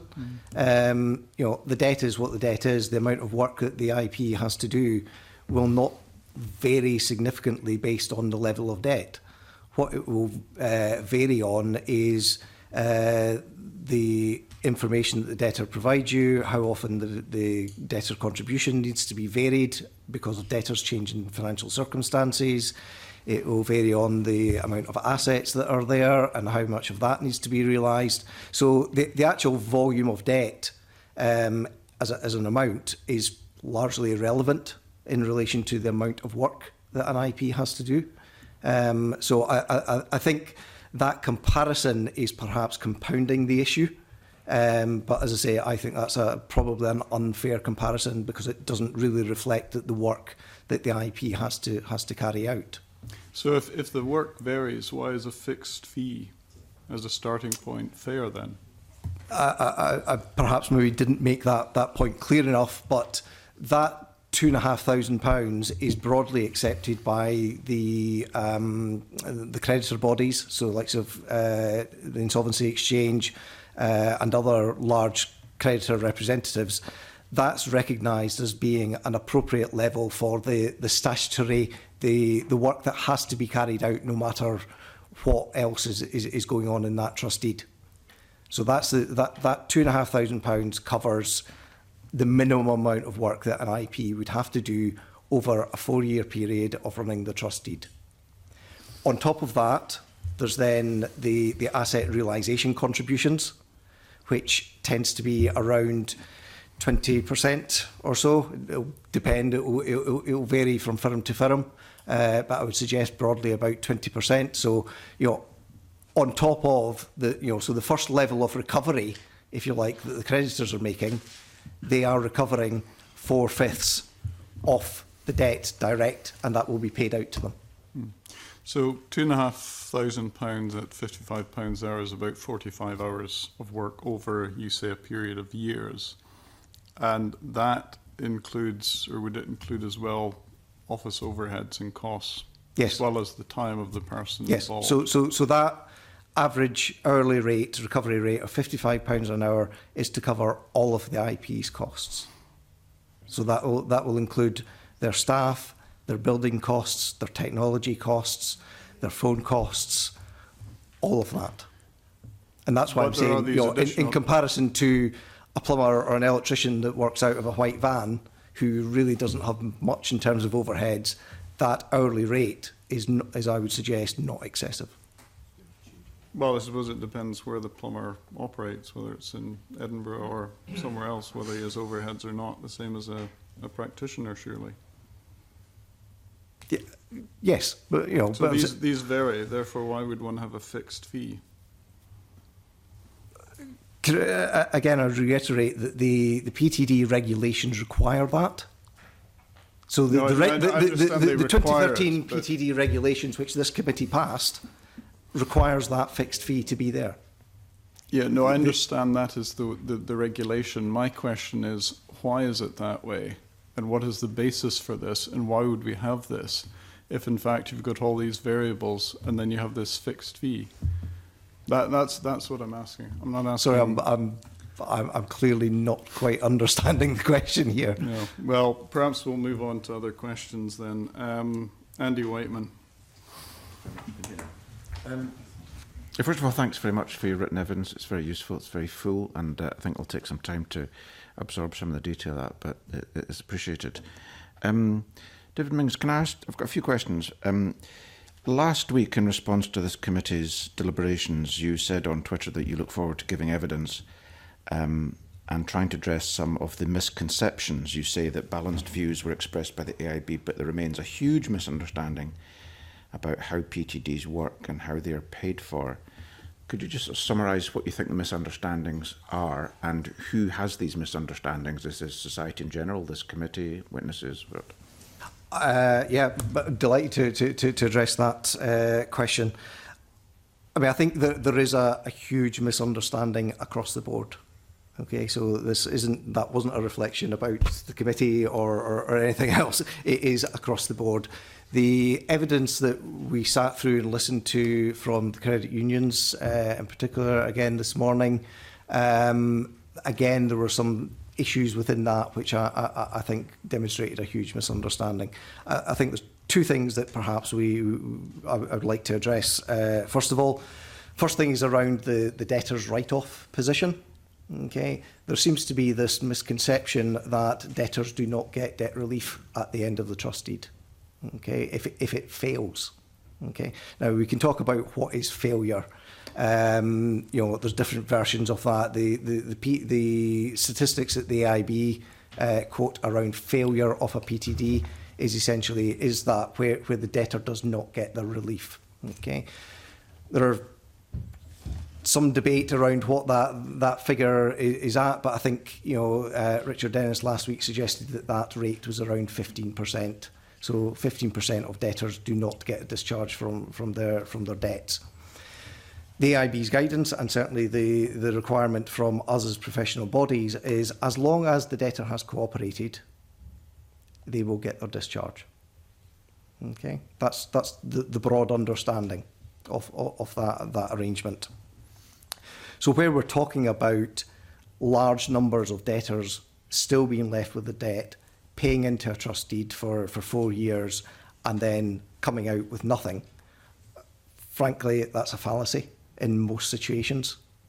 85% of the cases, the debtors come out with their debts discharged and they move on in life. But 15% don't, and what you're... 15% don't. Now, the comparison to that, I guess, is how many debtors in a sequestration also do not get their discharge. Yep. Now, unfortunately, I don't actually have those figures, and I'm not sure that I've ever seen them publicised or published anywhere. But that would be the appropriate comparison. Again, you know, perhaps some of my IP colleagues will be able to come in on this shortly, but my suggestion would be that I don't think the level of non-cooperative debtors is any less in sequestration than it is in a PTD. So I think, you know, broadly they're comparable. I think the other element is really around the fees and a bit of a lack of understanding, I guess, as to how the IP's fees and costs are paid from. So, you know, when a trust deed fails, it's not a case that nothing goes back to the creditors. There could still be something goes back to the creditors. That will very much depend upon the level of contributions that come in. Statute has set down the order of priority in how the assets are realised and paid out. So, you know, the IP is simply enacting what legislation requires them to enact. No, I understand that, and obviously this committee is partly scrutinising previous legislation, whether it's still fit for purpose. I mean, on that last point, the data we have is that if you take volume providers, Pinnacle, Insolvency, Carrington Dean, 21% and 30% of cases, there's no dividend paid at all, so that seems quite substantial. But, I mean, I know some of this debate is about numbers and some people using different data, and that's just something we'll have to live with and trying to improve. I've got a specific question for Carrington Dean, if you don't mind as well. You mentioned in your written evidence that you say that 93% of clients who we speak to are advised that a trust deed's not in their best interests. 93% of clients we speak to. But then you go on to say, under Section 5 of your written evidence, you say that we provide a free debt helpline 7 days a week, advising thousands of consumers. You then say 93% of these consumers do not become Carrington Dean clients. Mm-hmm. So are these two 93% the same? Or yes. 93%? Yes. Apologies, that could perhaps have been clearer. So just to clarify, on those figures, we spoke to, in 2019, 40,000 people. Okay. Of those 40,000, 93% didn't go through any type of solution with us at all. So when you say 93% of clients we speak to, that's wrong. They're not your clients. No. That's clients is just the way that the term that we would use. Okay, so 93% of the people that you speak to do not become your clients at all. Correct. You say bye-bye. Correct. Nothing we offers for you. Well, it depends entirely on what the kind of query is. A lot of the time it's people just looking for a kind of chat around their situation. Right, yeah. So I spoke to a lady a few months ago who was in a situation where she had a small balance of unpaid council tax, but she had quite a considerable amount of secured debt. So that being the case, she already had an arrangement in place with that particular council to deal with that. Now, the secured debt, obviously, it can't be dealt with in a trust deeds or a DAS or a sequestration. Now, she owned several properties. Her mother had sadly passed away, and the secured debt that was giving her trouble was on a property that she didn't live in. So after a brief chat about that and talking through her options, she decided that the best option would be for her to sell that particular property, and she would be able to clear the secured debt, pay off the small amount of council tax debt. So that would be a kind of example of that type of situation. So the 40,000 people that contact you, 93% you have a chat with of varying length and complexity, but do not become your clients. Yes. So 7% of 40,000, I don't know, that's 3,000 people or so, become a client. Yes. Of those, in terms of debt relief solutions, how many, let's go with the figure of 7,000 for the sake of my mental arithmetic, it's not that great, but roughly that. How many then take on protected trust deeds? 5%. 5%? Yes. And the others are either bankruptcy or DAS, mostly DAS. Mostly DAS? Yes. Right. And it's those 7% that you sit down with and do this sort of checklist that you're exactly talking about. Exactly. Yeah. Okay. Thanks. That's helpful. We've looked at. I mean, I think referring to David Mings's comments a few moments ago about failures. I think, to be clear, the concern I have anyway, and I think the Consumer Advice Scotland has, is that if a protected trust deed is not discharged and it fails, you are left having paid nothing towards your debt. Whereas the other two solutions, at least you've paid something. That's the concern. Do you recognise that, or am I? Yes, no, I think that's. And do you think, as a matter of principle, given that these are called debt relief solutions, that there is a risk that entering any of these solutions will be truncated by an event? Something may lead it not to run to its conclusion. Obviously, everyone who runs to the conclusion, that's it, they're finished. But those who don't run to the conclusion, for whatever reason, as a matter of principle, should know that at least some of their debt, given what they've been paying, has been paid off. Is that a fair principle that should apply to any debt relief solution? I think the answer is yes and no. Okay. Absolutely, it's a fair principle. However, I think there needs to be safeguards around abusive processes. Sure. Okay, and that's where I'm saying, really, anyone who does not complete a PTD and who does not get their discharge, it will tend to be as a result of non-cooperation. Okay.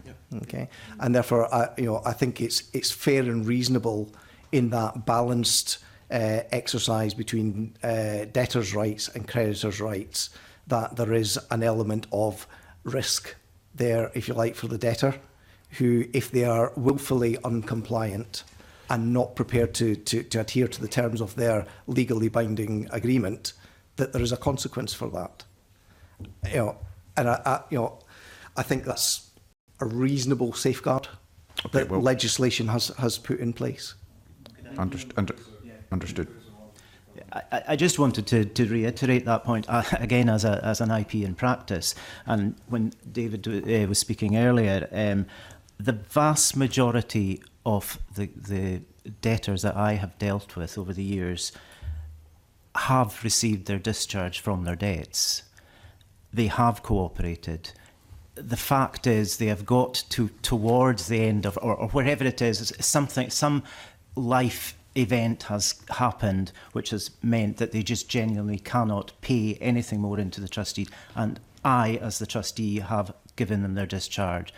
As David has pointed out, the minority, and I'm sorry, I don't have any numbers for it here, and I'm not sure whether the accountant in bankruptcy does have these numbers, but the few that have been discharged without released from their trust deed without getting discharged from their debt are those that have not cooperated with the agreement that they have made with their creditors at the outset. And in the balance, or in the interest of fairness to the debtor and the creditors, then surely the creditor should still have some right, through just willful non-cooperation. So, but I just wanted to reiterate that the majority that I have seen of the thousands that I've dealt with over the years where a discharge is needed, they have received their discharge. Okay, thanks. And Commissioner Graham Clowdig as well. Carrington Dean are part of owned by a bigger group called Credit Fix Holdings Limited. Well, Finbora Group. Well, their accounts say Credit Fix, but Finbora, yeah. Okay. Are they involved in insolvency and debt solutions as well? Are they Credit involved? Fix, yes, they do insolvency solutions for the rest of the UK. For the rest of the UK? Yes, that's correct. So going by their figures, in 2018 they had a turnover of 53 million, made an operating profit of 12.8 million. Is that a fair reflection of the market here? It's quite relatively profitable. That's 25% profit on turnover. Those, I'm not familiar with those figures, but I'd be happy to respond later in more detail to that. Okay, thanks. Can I just talk, finally, as my final sort of line of questioning, about what we've heard about these lead generators, about insolvency practitioner firms paying in the region of, we've been told, about £1,000 for information about debtors in order to sort of find clients, as it were. I mean, can someone explain how that works and how that, if it is £1,000, how that's recouped by the insolvency practitioner? I think, based on my experience, Carrington Dean do not deal with unlicensed lead generators. We self-generate 75% of our business, as alluded to in our mission. So where does the other 25% come from? The other 25% would come from FCA registered companies, so companies with FCA authorisations. Coming to you? Yes. Yes, indeed. Okay. Yes. Okay. So Yes. you don't deal with these lead. Not if they're not authorised by the FCA. We don't do business with them. No. Has anyone got any experience of how this operates? So Because we've been told about it. There are two separate organisations that provide a sort of marketing service for some of the larger firms. There's debt packages who are normally licensed. They provide advice and they offer the same sort of full suite of FCA related advice as you would get. And then there are introducers, and they provide leads essentially. They don't provide. What we're talking about, I think. Yeah, they don't provide advice. Up until very recently, it was a bit of a grey space where some organisations, as Graham just alluded to, were FCA regulated, but some were not. We, at the IPA and with other RPBs, including ICAS and the Insolvency Service, who provide the framework that we operate under, have been working to produce new guidance to make it clear that any of these introducers must be FCA regulated. It's not a legislative requirement at the moment, but it is a requirement that we have asked our members to undertake, and they've agreed to that. So they've agreed to undertake it at the moment, then it's safe to say that no insolvency practitioner is commissioning the services or taking the products of lead generators if they're not FSC regulated?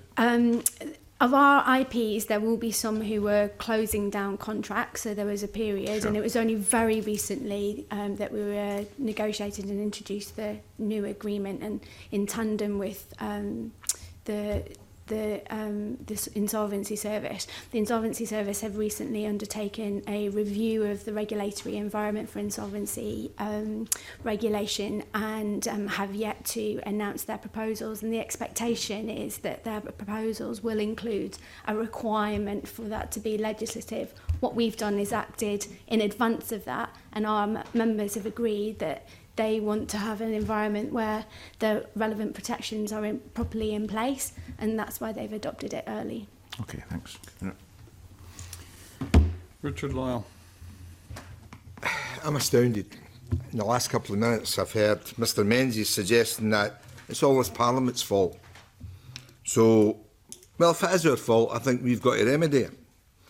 Michelle Thorpe, with the greatest respect, her view is everything's rosy. It's all sweetness and light. With the greatest respect, if one person's getting ripped off, it's wrong. So if they are getting ripped off, we have to devise a solution which works for everyone and make sure no one is ripped off. And if someone really thought up a fixed fee, it doesn't matter how much work you do. Now, with the greatest respect, Mr Menzies, I used to do the type of job that maybe people and Mr Fraser people, Mr MacLeod, Mr MacLeod, that people used to do. I wish I'd get £55 an hour. I'd have made a fortune. But really, what do IP trustees do for £55 an hour? What do they do to earn their fee? So they have a meeting, they have an appointment, they sit down with people, they get their income and expenditure form, they fill out all their details, they then devise a solution, they then set it up, sit back, and the money rolls in every month. So what do you really do for your fee? And I apologise if you feel offended by my question. Not at all. I'm happy to answer that. What we do is several things. Now, as you correctly point out, there is a process at the start which we undertake. That's fair enough. We also deal with clients when, as David mentioned, they're in financial distress. We deal with creditors. Now, you mentioned last week in the session that when you were in debt recovery, companies sold on continually. That creates a significant amount of work for insolvency practitioners. Often what happens is when companies sell debt on to third parties, they're not informed that an individual is in a trust deed. So contact and kind of phone calls, letters, a process that had stopped, the trust deed had stopped, begins again. So we take that on their behalf. We do annual... But surely, sorry, stop you there. Surely when you deal with somebody's debt, you contact the creditor. Correct. And you tell them you're now the trust deed for them, so they know that they're in a trust deed. Correct. So why are you saying they don't know? The creditor, the original creditor does, but if the original creditor sells debt onto other firms, so debt collection But surely firms, you would then tell the other firm that you have a trust deed. We do, yes. So you're suggesting that firms are selling and selling and selling and ignoring that people have a trust deed? Not ignoring, they're probably not informed when they purchase the debt. No, you're basically suggesting they're ignoring because you've told them. It's on my credit file that I'm on a trust deed. So you've told my creditor that I'm on a trust deed. So if he sells it on to somebody else, they in themselves must tell the next person that I'm in a trust deed. Not from my experience, no. So as I say, we produce what are called Form 4s. That's an annual report that's to the AIB. That's also sent to creditors. We deal with an annual income and expenditure. So the process that is at the start of the process, the start of the trustee process happens once a year so that we can correctly assess the client's ability to pay. We also pay out dividends. We also deal with the closure of the trust deed. So we do, there is a considerable amount of work. Right, from me taking on, say I've got a trust deed, when do you pay out the dividend? We pay out the dividends, if it's possible, I believe at the second year. Right, much as I've actually got your figures here, and again I apologise if anyone's offended. Right, so PTDs, you done 1,327. Your actual dividend you paid out was 15.3 pence. Is that the average dividend? Yes.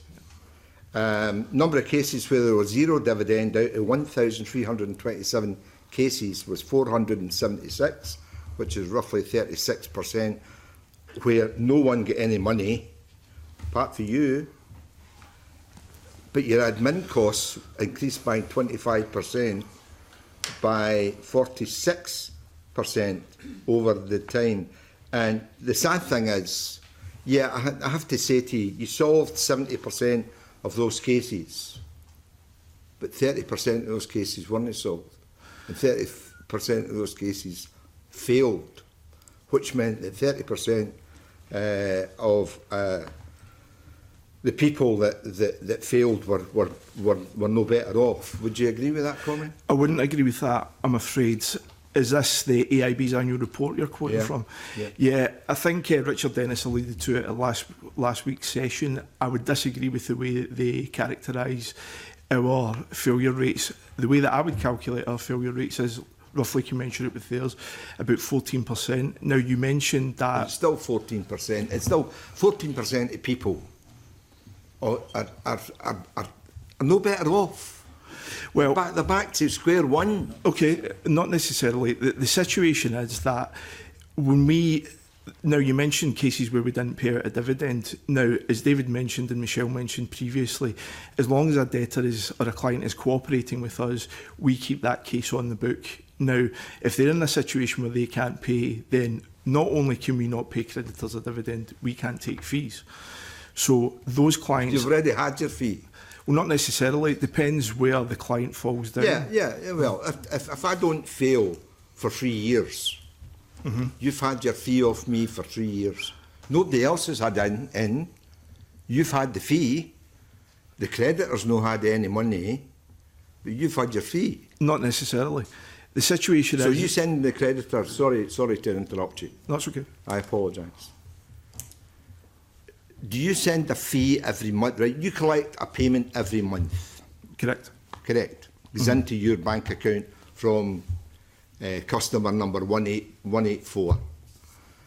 Do you send a payment to the creditor every month? No. When do you send a payment to the creditor? If collections if collections permit, I think we do it after 18 months and 2 years. I can't remember exactly. So the creditor waits 18 months to get a penny, a single penny. Well, let me finish. Okay. You have taken a fee every one of those 18 months? Not necessarily. Well, you just told me that. Perhaps we'll let Mr MacLeod explain what he's saying in response to your question. Right. So if you're in a situation where the client is making their monthly payment every time, then yes, we would have taken a fee. But if they fall down at month 6 and they're still cooperating, then we've been unable to take any sort of fee there, except the kind of cursory first amount. That doesn't necessarily mean that we will refuse discharge or fail it, as you would put it. We would keep the client on and we would make sure that we're doing these regular financial assessments to see what kind of position they're in. So that's why you see situations on those figures where there's 0 dividend paid. Yeah. That doesn't necessarily mean that the trustee has failed. It just means that we have the case on our book. Now, we have, roughly speaking, 6% of our book where the situation is that the client is cooperating with us and is proven beyond a reasonable doubt that they can't make any payments. So, as David said, then it's perfectly reasonable for us, going by the AIB guidance and the guidance that we are issued from our RPBs, that we keep that case on our book. I will apologise to each and every one of you if you feel my questions have been No pressing, apology. but basically I feel that there has to be, having dealt with the situation, I feel that we have to try and resolve the situation. And my last question is, really, honestly, truthfully, do you think this system is fair to people who are in debt? Yes. I would say so. Yes, yeah. I think... just to widen it out slightly, Mr Lyle, I think in a developed society like ours, we must have debt relief solutions for those who have found themselves in the situation that they have. So I think, yes, the vast majority, and I think the statistics, the evidence speaks for that. The vast majority of trustees work for both the debtor and the creditor.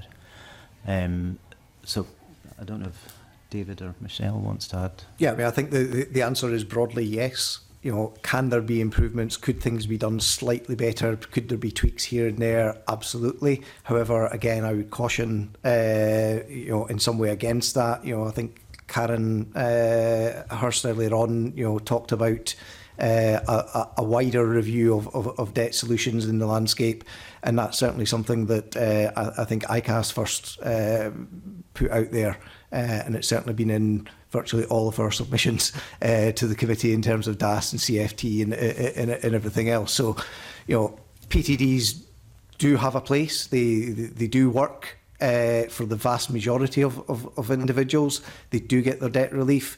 But I do think there is this need for a wider review, and that involves real big societal questions, because it's about what is the purpose of debt relief, what is that balance between debtors and creditors, What's the impact on housing policy? What's the impact on mental health?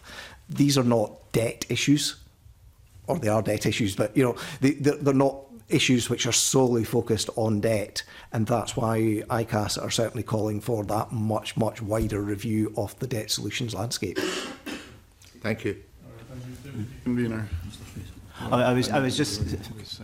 I'm conscious of time, and so I was wanting to bring in. Thanks very much, Convener. I wonder if I could just go back a wee bit there, Mr. Mingus, to something you said earlier. As long as the debtor cooperates, they will get their discharge, and I understand discharge is the goal for everyone here, to get people free from debt, and in a sense, the debtor doesn't mind where the money's going as long as they get a discharge, I would guess.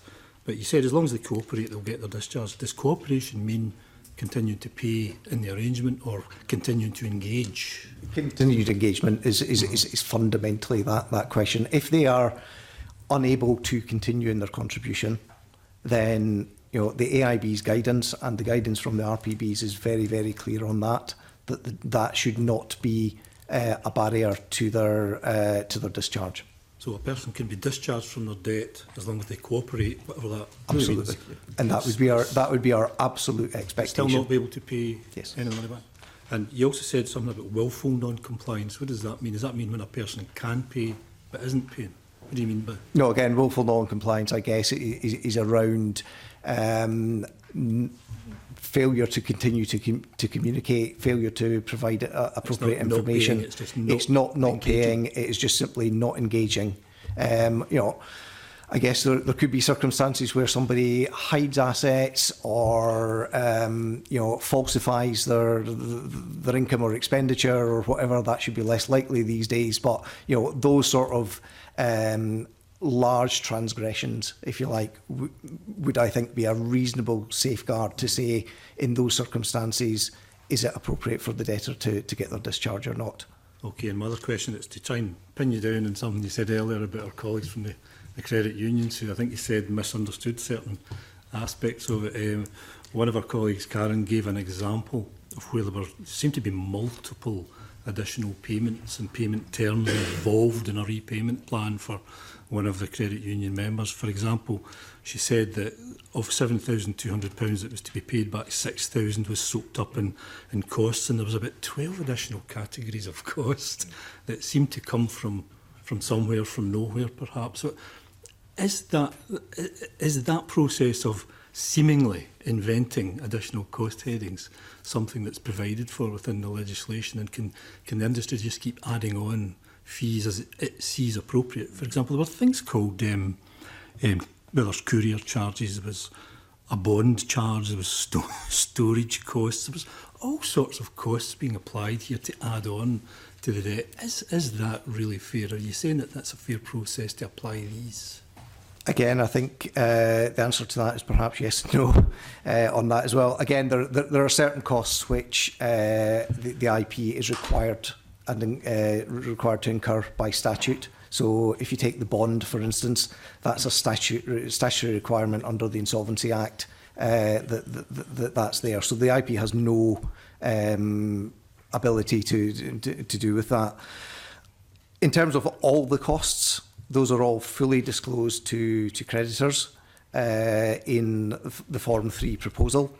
So the creditors are all fully aware of those costs at the outset.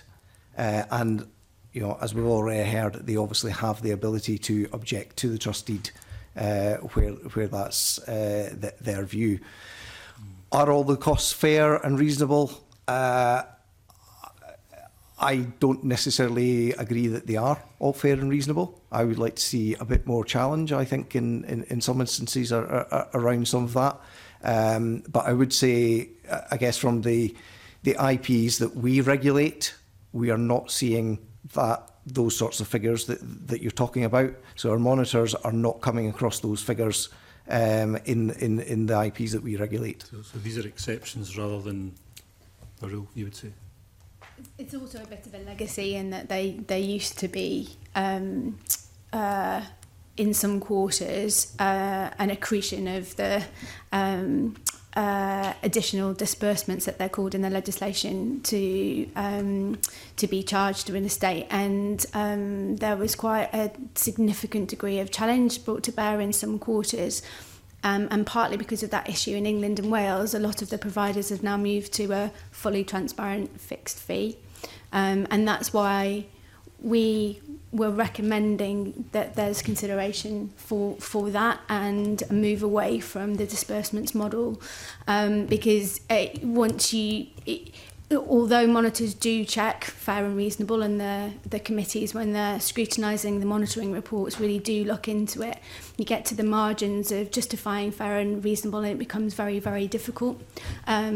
As David said, the creditors do have the right to object, and they have done in the past to certain charges, and often, Graham will tell me if I'm wrong, but often under challenge, they'll either be scrutinised or addressed by the firms themselves and changed, if that's appropriate, or justified and explained properly to the creditors, who then withdraw their objections. But as I've said previously during today, we have found that a more full fixed fee that covers most costs, if not all, has been a positive step in England and Wales under the IVA model, and it might be right here. Is there any stats, data or otherwise that shows the success rate that people have in objecting to these add-ons and additions? How we get a handle on whether people are successful in challenging some of these ridiculous add-ons? I can go back and check to see if that's some information that we can get, and maybe I can talk to the other RPs about giving you a complete picture if that's something we can collect. Yeah. Thank you very much. Thank you. Thank you. Colin Beattie. I have no further questions. Gordon MacDonald in that case. Thanks very much, Convener. Just given the time constraints, I'll wrap my questions up into one. You heard the earlier questions about whether there should be more audits carried out. 20,000 registered cases over the last 3 years and only 66 audits by the AIB. Given that there clearly is problems, a freedom of information request to the AIB last summer, without getting into any detail, they highlighted that there had been failure to provide services, inadequate standard of service, disagreement with decisions. No detail. If you look at the Insolvency Practitioners website, they have breaches of the ethics code, summary of complaints. Again, it's anonymised, but it does actually go into some of the problems. Significant voting omissions, fees were miscalculated, monies taken from estates which at a time when they didn't have approval to do so, remuneration for more than the time costs incurred without approval, and so on. So I'm just wondering two things. One, should there be more audits? And two, should they be publishing some anonymised findings of those audits so that people could be more aware of the pitfalls? And for that sake, politicians are more aware of the issues that have been raised, so that if any review comes up, it can reflect those findings. Perhaps I could talk on that one. Again, I think we need to be clear about what we're talking about when you're referring to an audit. There are two elements, I think, both of which could be conflated together. In terms of the legislation, and I think what Mr Dennis was talking about last week, the audit is around an examination of the trustee's fee. Some of the things that you're talking about there in terms of an audit, etc., would not be caught or would not be covered by that. So there's the monitoring side of things, the conduct monitoring. That's robustly carried out by the recognised professional bodies, ourselves and the IPA. Michelle can certainly talk about hers in a lot more. Does your organisation find breaches? We do not tend to find significant problems, no. So you do find problems, you just don't recognise them as being significant? We do come across issues. They tend to be minor issues. Right. We published an annual monitoring report which sets out the findings of our insolvency monitoring. Happy to provide that to the committee, or it's publicly available on the ICAS website. But we have routinely provided that publicity around our insolvency monitoring findings for a large number of years now.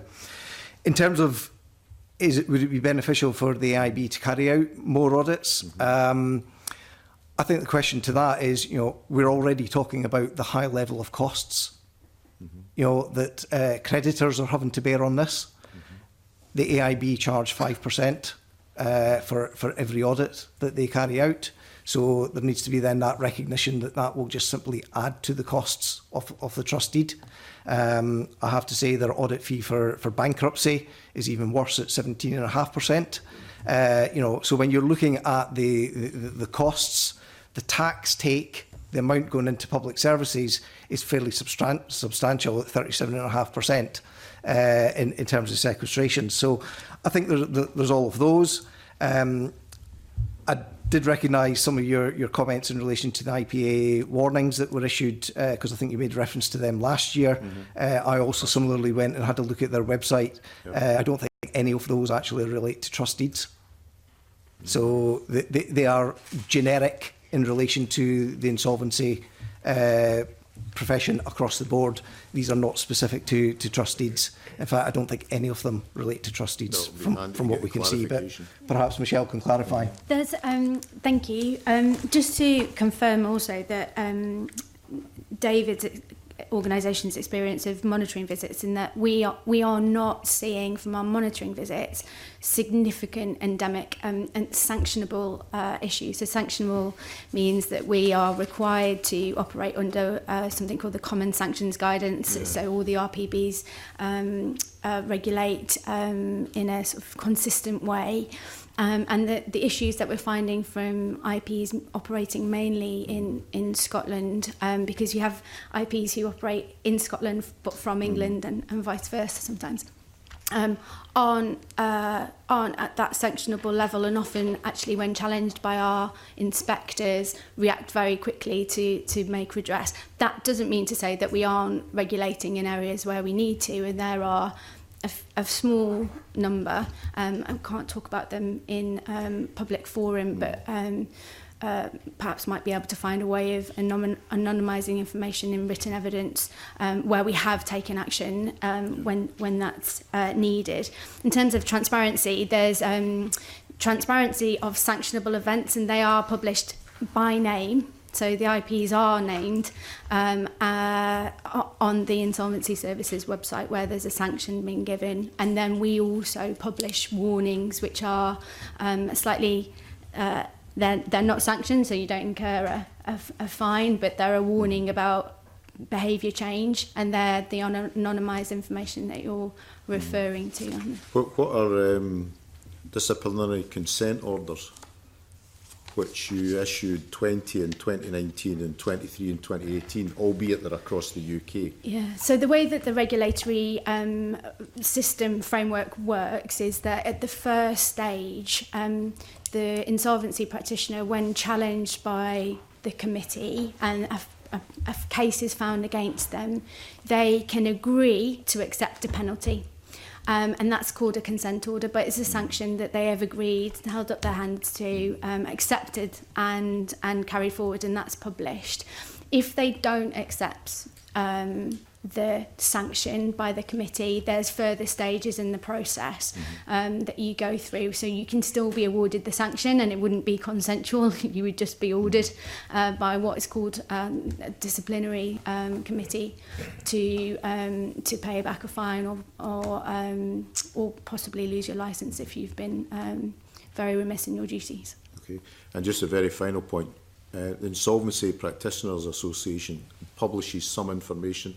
I accept it's UK-wide, and I accept it doesn't necessarily relate to the issue that we're looking at today, but the fact they actually publish information about, bad practice, effectively. Should the AIB be doing the same, albeit anonymised the same as you guys do? Speaking from my own experience as a regulator, I find transparency enormously helpful. One of the new innovations that we're bringing in very soon, actually in the next month or so, is a benchmark report about our highest volume providers of both PTDs and IVAs in England and Wales that we hope will enhance understanding of the system, but also recognition of best practice. So we believe as a regulator that transparency is definitely beneficial. Okay. Can we get a copy of that report when it comes out? Of course, of course. Right, thank you. Jackie Bailey. The question I put to the earlier panel, there's some suggestion that the provision of independent advice at the very start of a debt solution would be quite valuable. Is that something you would support? And if not, why not? And secondly, do you think there's a need for an additional statutory debt solution?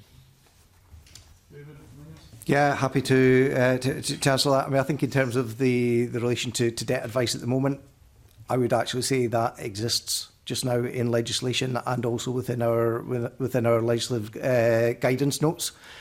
So I do think there is debt advice taken. Everyone who enters into a debt solution does have to have received debt advice. Okay, is that independent from you? Because many of the IPs will go on to provide their product. It's the independence element that I think is valuable. I think the question is what is independence, isn't it? You know, because the free money advice sector is not independent either. You know, they are reliant on government funding, and therefore, they're you know, not pushing a particular product. There. Well, I would disagree. I would suggest that in some cases they may well be pushing particular products. They may be seeing things which are socially more acceptable rather than necessarily the right debt solutions. Okay. I could probably think of a lot of situations where the free money advice sector is putting people into DAS, where I would fundamentally say actually that person would be far better off in getting their debt relief far quicker and moving on. Okay. So that's interesting because it kind of contradicts our experience with people who have been through the process that we met last night in Greenock to talk about this. Now, I think you were invited, maybe not personally, but as a sector, to provide, you know, people who had a positive experience, and I don't think we got anybody to tell us that. So if you have examples, please provide them to us. I think Graham's submission from Carrington Dean included a debtor survey there, which did provide an experience. Sorry, perhaps just moving on to the additional debt solution. Absolutely, I think that's something that, you know, is worth consideration. You know, it's something again that ICAS is called for as part of that wider landscape review. I think we need to accept that trust deeds were built in the time effectively of Roman law, and frankly it's not moved on an awful lot since then. You know, it's a mishmash of trust law, insolvency law, common law, etc., and it doesn't serve anyone right. They were set up in times where there weren't huge, massive amounts of consumer debt. So, you know, the product was never designed to deal with this situation. So it would seem to me reasonable that that's at least put forward for consideration. Okay, I'm conscious of time, but if you have a particular model in mind, I'm sure the committee would welcome hearing from you again in writing. Thank you, Convener. Yes, thank you very much. And if there are matters that we've covered that you'd like to provide further comment on in writing to the committee, please feel free to do so. So I'll thank all of our witnesses for coming in today, and I will suspend this session, move to private session. Thank you.